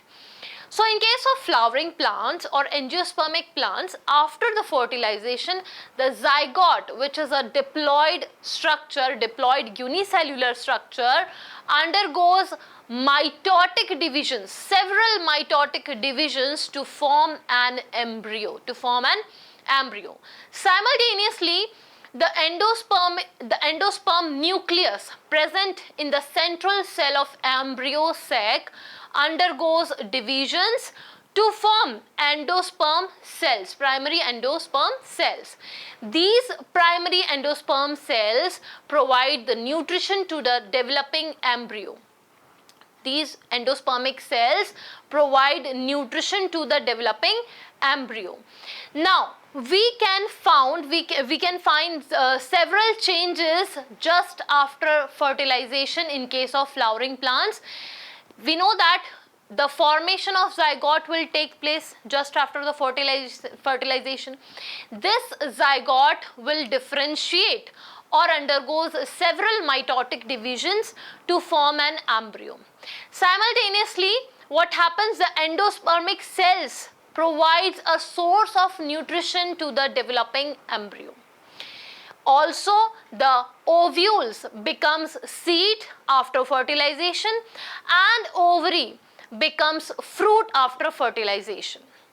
The integuments present outside the ovule becomes testa or seed coat of the seed, and also the sepals and petals of a flower will shed. Also, the antipodal cells, the synergid cells present in the embryo sac will disintegrate before or during or after the fertilization, just after the fertilization. So all these are the series of changes we can observe just after fertilization in flowering plants or angiospermic plants. So if we want to write an answer for this question, it will go like this, that first we are going to write that after fertilization,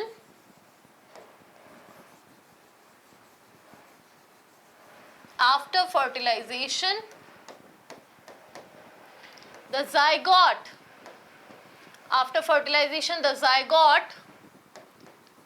will undergo mitotic division, not meiotic division, the mitotic division. Why mitotic division? Because this zygote is going to give rise to whole new organism with diploid nature. So after fertilization, the zygote will undergo mitotic division, several mitotic divisions to form an embryo, Alright, so after fertilization, the zygote will undergo mitotic divisions, several mitotic divisions to form an embryo, and simultaneously the primary endosperm nucleus,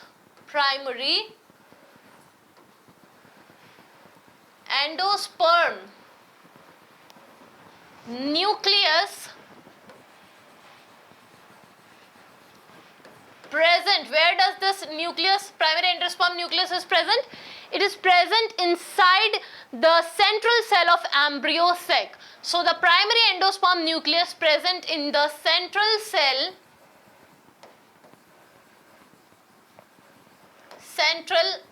of the embryo sac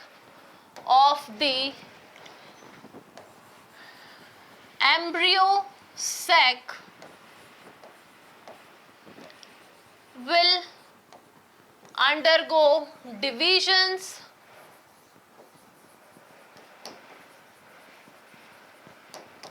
to form endospermic cells,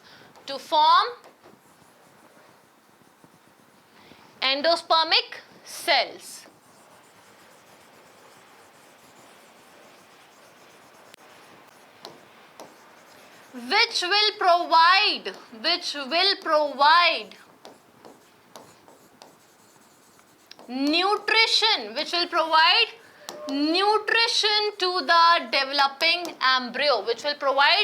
nutrition to the developing embryo. So the nutrition provided to the developing embryo will be coming from the endospermic cells present inside the central cell of the embryo sac. Along with this, what are the changes occurring after the fertilization in angiospermic plants? That is, the ovule will develop into seeds, and the ovary will develop into fruits. The fruits which we eat are nothing but the ovary of a flower. Now, next change we can observe after the fertilization in a flowering plant, that is antipodal cells and synergid cells. I hope you all remember where does the synergid cells and antipodal cells are present in the embryo sac. So antipodal cells and synergid cells present inside the embryo sac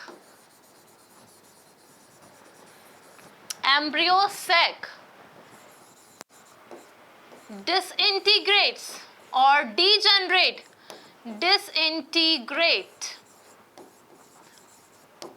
before, it can happen before they disintegrate. For sure they will disintegrate, but this can disintegrate before, during or after fertilization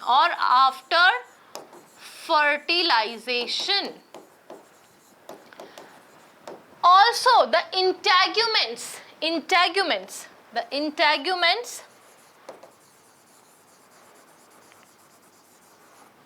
surrounding the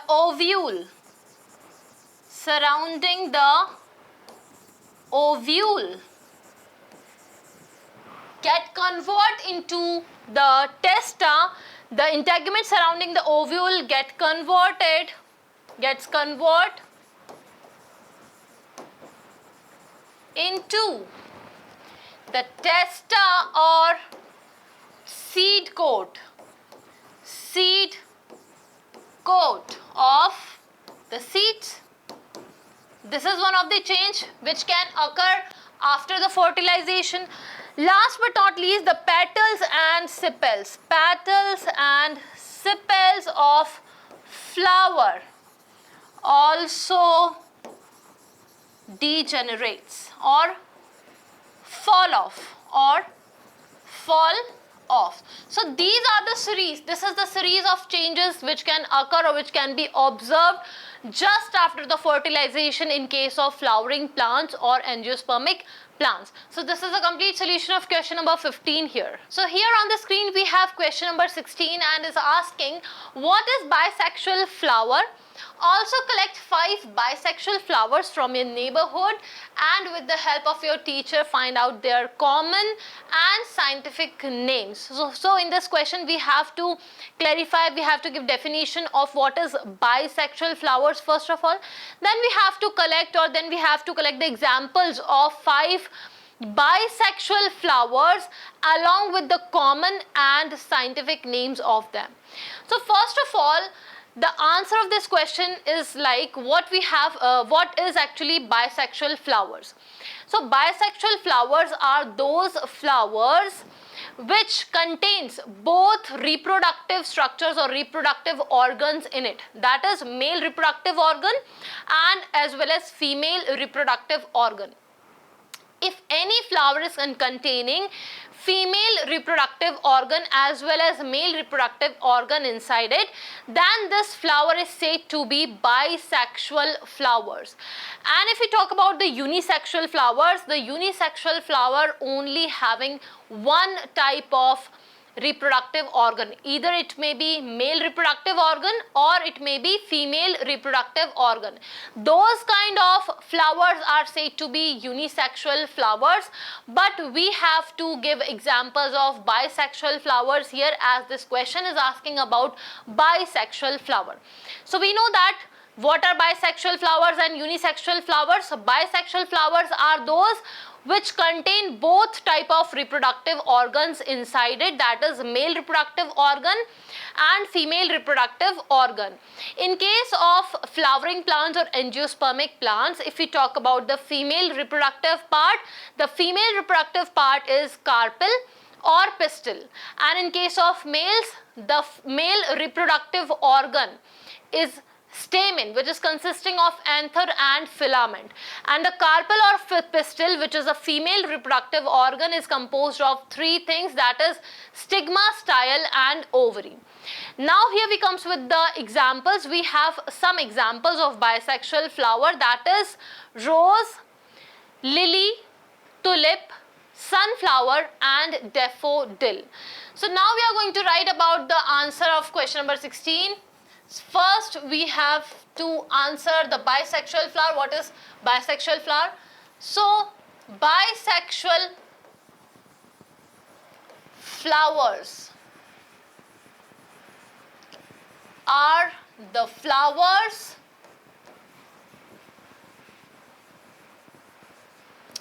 which contains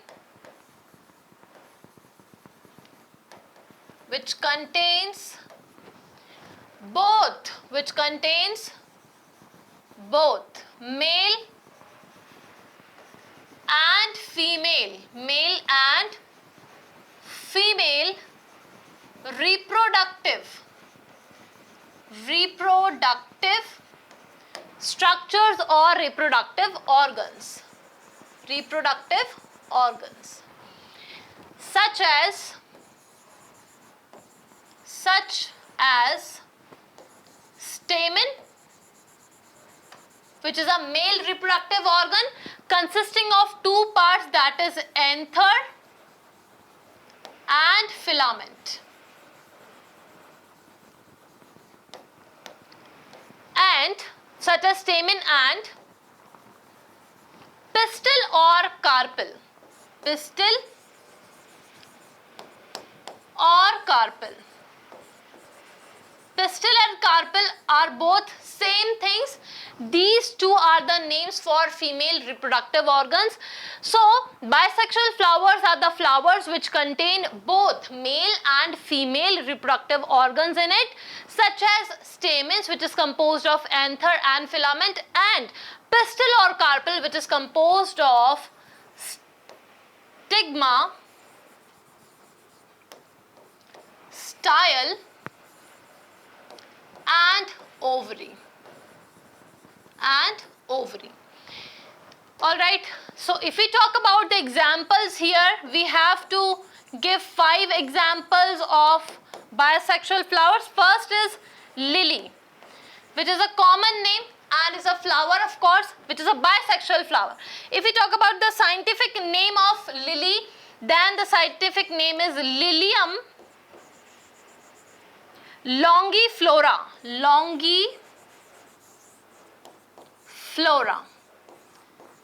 So Lilium longiflora is the scientific name for a bisexual flower known as lily. Then second we have is rose. Which is also a bisexual flower, and the scientific name for rose is Rosa indica. Now why I have written the first letter of second word in small? Because it is a rule for nomenclature of writing scientific names of any living organism. Now the third example of a bisexual flower we have is tulip. Third example we have tulip, and the scientific name for tulip is Tulipa gesneriana.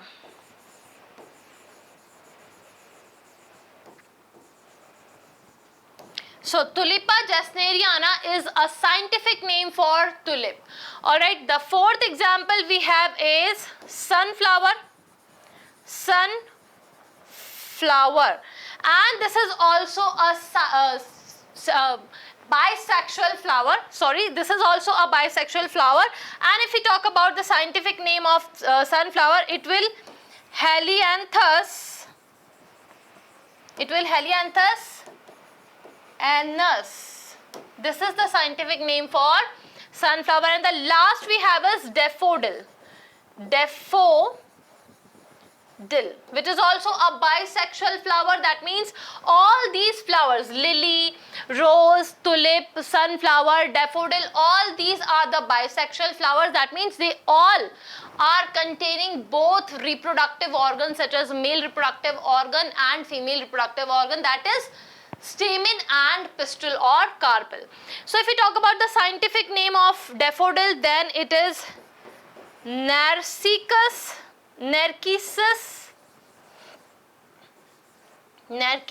It is S-U-S-S. Jonquilla. So this is the scientific name for daffodil, and all are the examples of bisexual flowers on the screen. So this is the complete solution, complete answer for question number 16 on the screen. Now here we comes with the second last question of this chapter, and this question is 17th question and is asking, examine a few flowers of any cucurbit plant and try to identify the staminate and pistillate flowers. Do you know any other plants that bears unisexual flowers? So in this question basically we have to examine a few flower of cucurbita plant, and we have to identify the features of staminate flower or a pistillate flower. Also we have to give examples of unisexual flowers in this question. So first of all, if we talk about the cucurbit plant, so in cucurbit plant we have unisexual flowers only. The cucurbit plant or cucurbita plant bears only unisexual flowers on it. What are unisexual flowers? The flowers which contain only one type of reproductive organ, that is either it may be male reproductive organ such as stamen, or it may be the female reproductive organ, that is carpel or pistil. So cucurbita plant first of all bears only unisexual flowers. That means it contains only one type of reproductive organ in it. Now, the question is asking identify the staminate and pistillate flowers. As we know that unisexual flowers are the flowers inside which only one kind of reproductive organ is present. Either it may be male or female. So, the flowers which containing only stamens are known as staminate flowers, or we can say the flowers which bear only male reproductive organ, that is stamen, are known as staminate flowers. And on other hand, the flowers which contain carpel or pistil in it, that flower are known as pistillate flower. So, the cucurbita plant bears unisexual flowers, that means it contains only either it may contains only staminate flower or pistillate flower. If the flower is staminate, then it will have yellow brightly colored petals and stamen. Alright, and if it is pistillate flower on cucurbita plant, then it will contain yellow bright petals along with only one type of reproductive organ, that is pistil. That is why the name to that flower is referred to as pistillate, and the flower which containing only stamen, and the name given to that flower is staminate flower. So this is clear that cucurbita plant have only unisexual flowers, and in case of unisexual flowers of cucurbita plant, if the flower bears brightly colored petals, brightly colored yellow petals along with stamen, the flower is said to be staminate flower. And if the flower is containing yellow bright petals or brightly colored petals along with the carpel or pistil, then the flower is referred to as pistillate flower. If we want to tell, or if we want to give another example of unisexual plants, then we have corn, papaya. Alright, now we have to write the answer. So first of all, cucurbita plant bears only unisexual flowers. Unisexual flowers on it. First of all, cucurbita plant have only unisexual flowers on it. If the flower is having brightly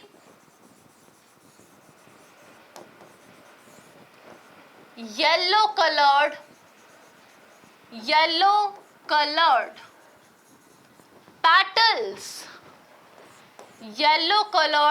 petals along with stamen, along with only stamen.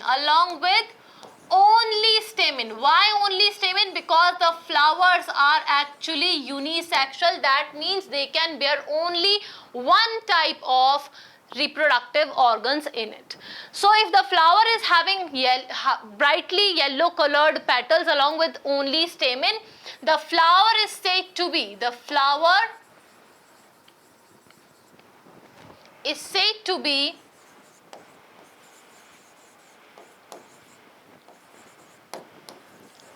staminate flower.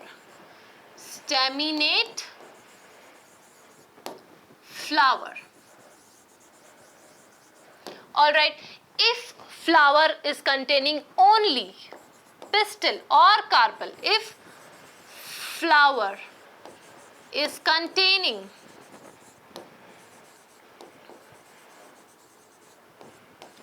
only pistil along with petals, pistil or carpel, then the flower is said to be,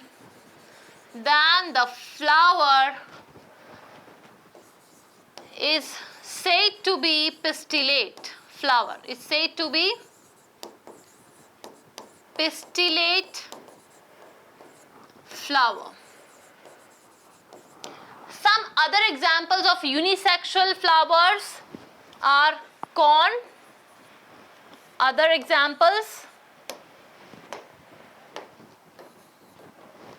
If we talk about the other examples of unisexual flowers, other examples are corn flowers, then we have papaya flowers.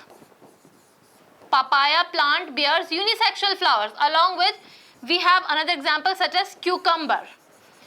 So we have 3 more examples for this question as unisexual flowers, or the plants which contain only unisexual flowers, that is corn, papaya and cucumber.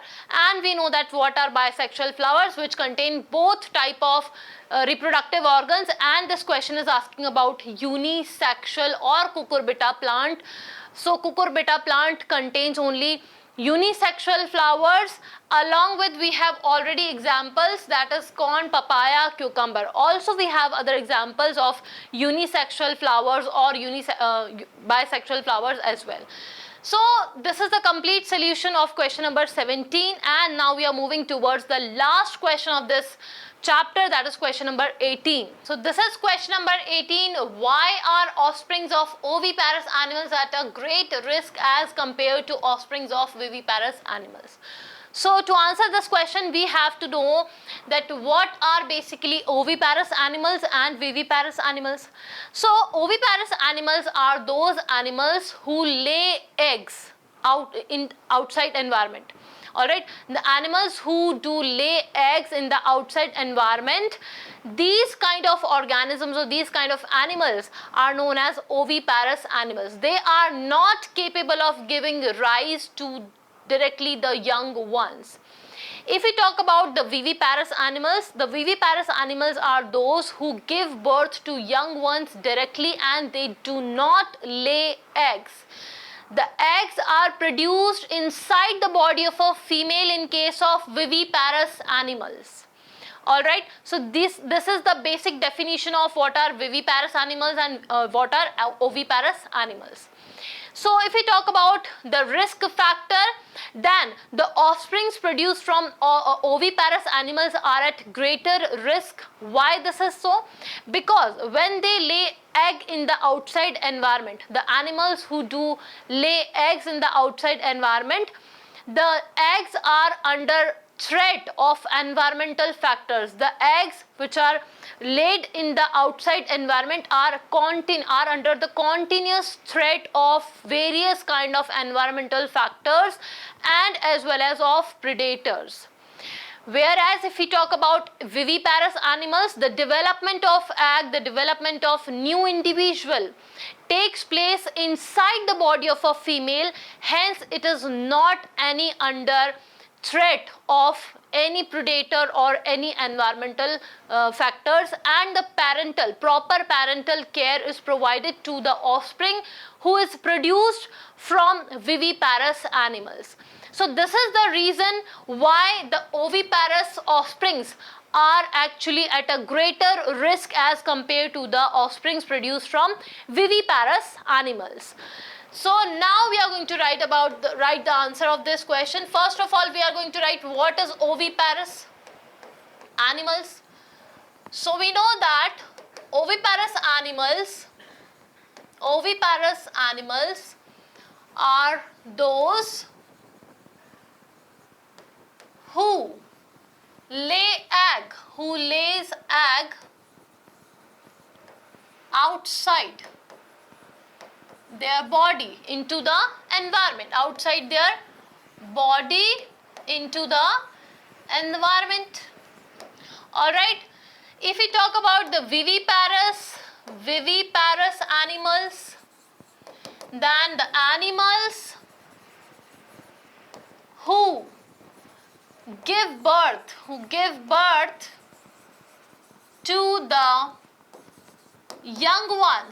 the young ones directly.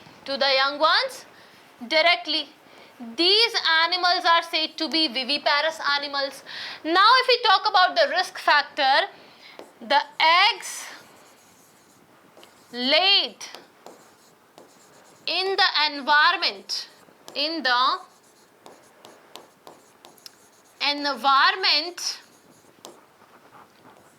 have pressure of environmental factors, several environmental pressure or threat we can use, the word threat we can use, have threat of various environmental factors and predators as well,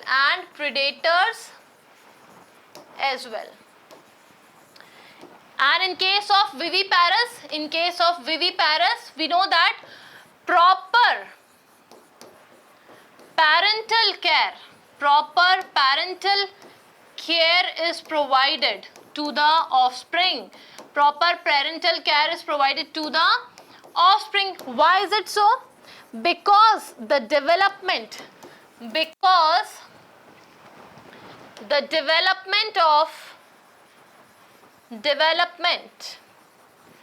of egg and embryo or offspring is taking place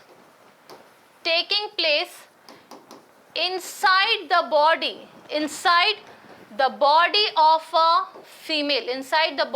a female. So this is the reason why the offsprings produced from oviparous animals are at a higher or greater risk as compared to the offsprings produced from viviparous animals. I hope you get all the answers, and here we are ending this session. We have completed all the NCERT questions of chapter 1, that is reproduction in organisms. So this is all for today. Thank you and have a nice day.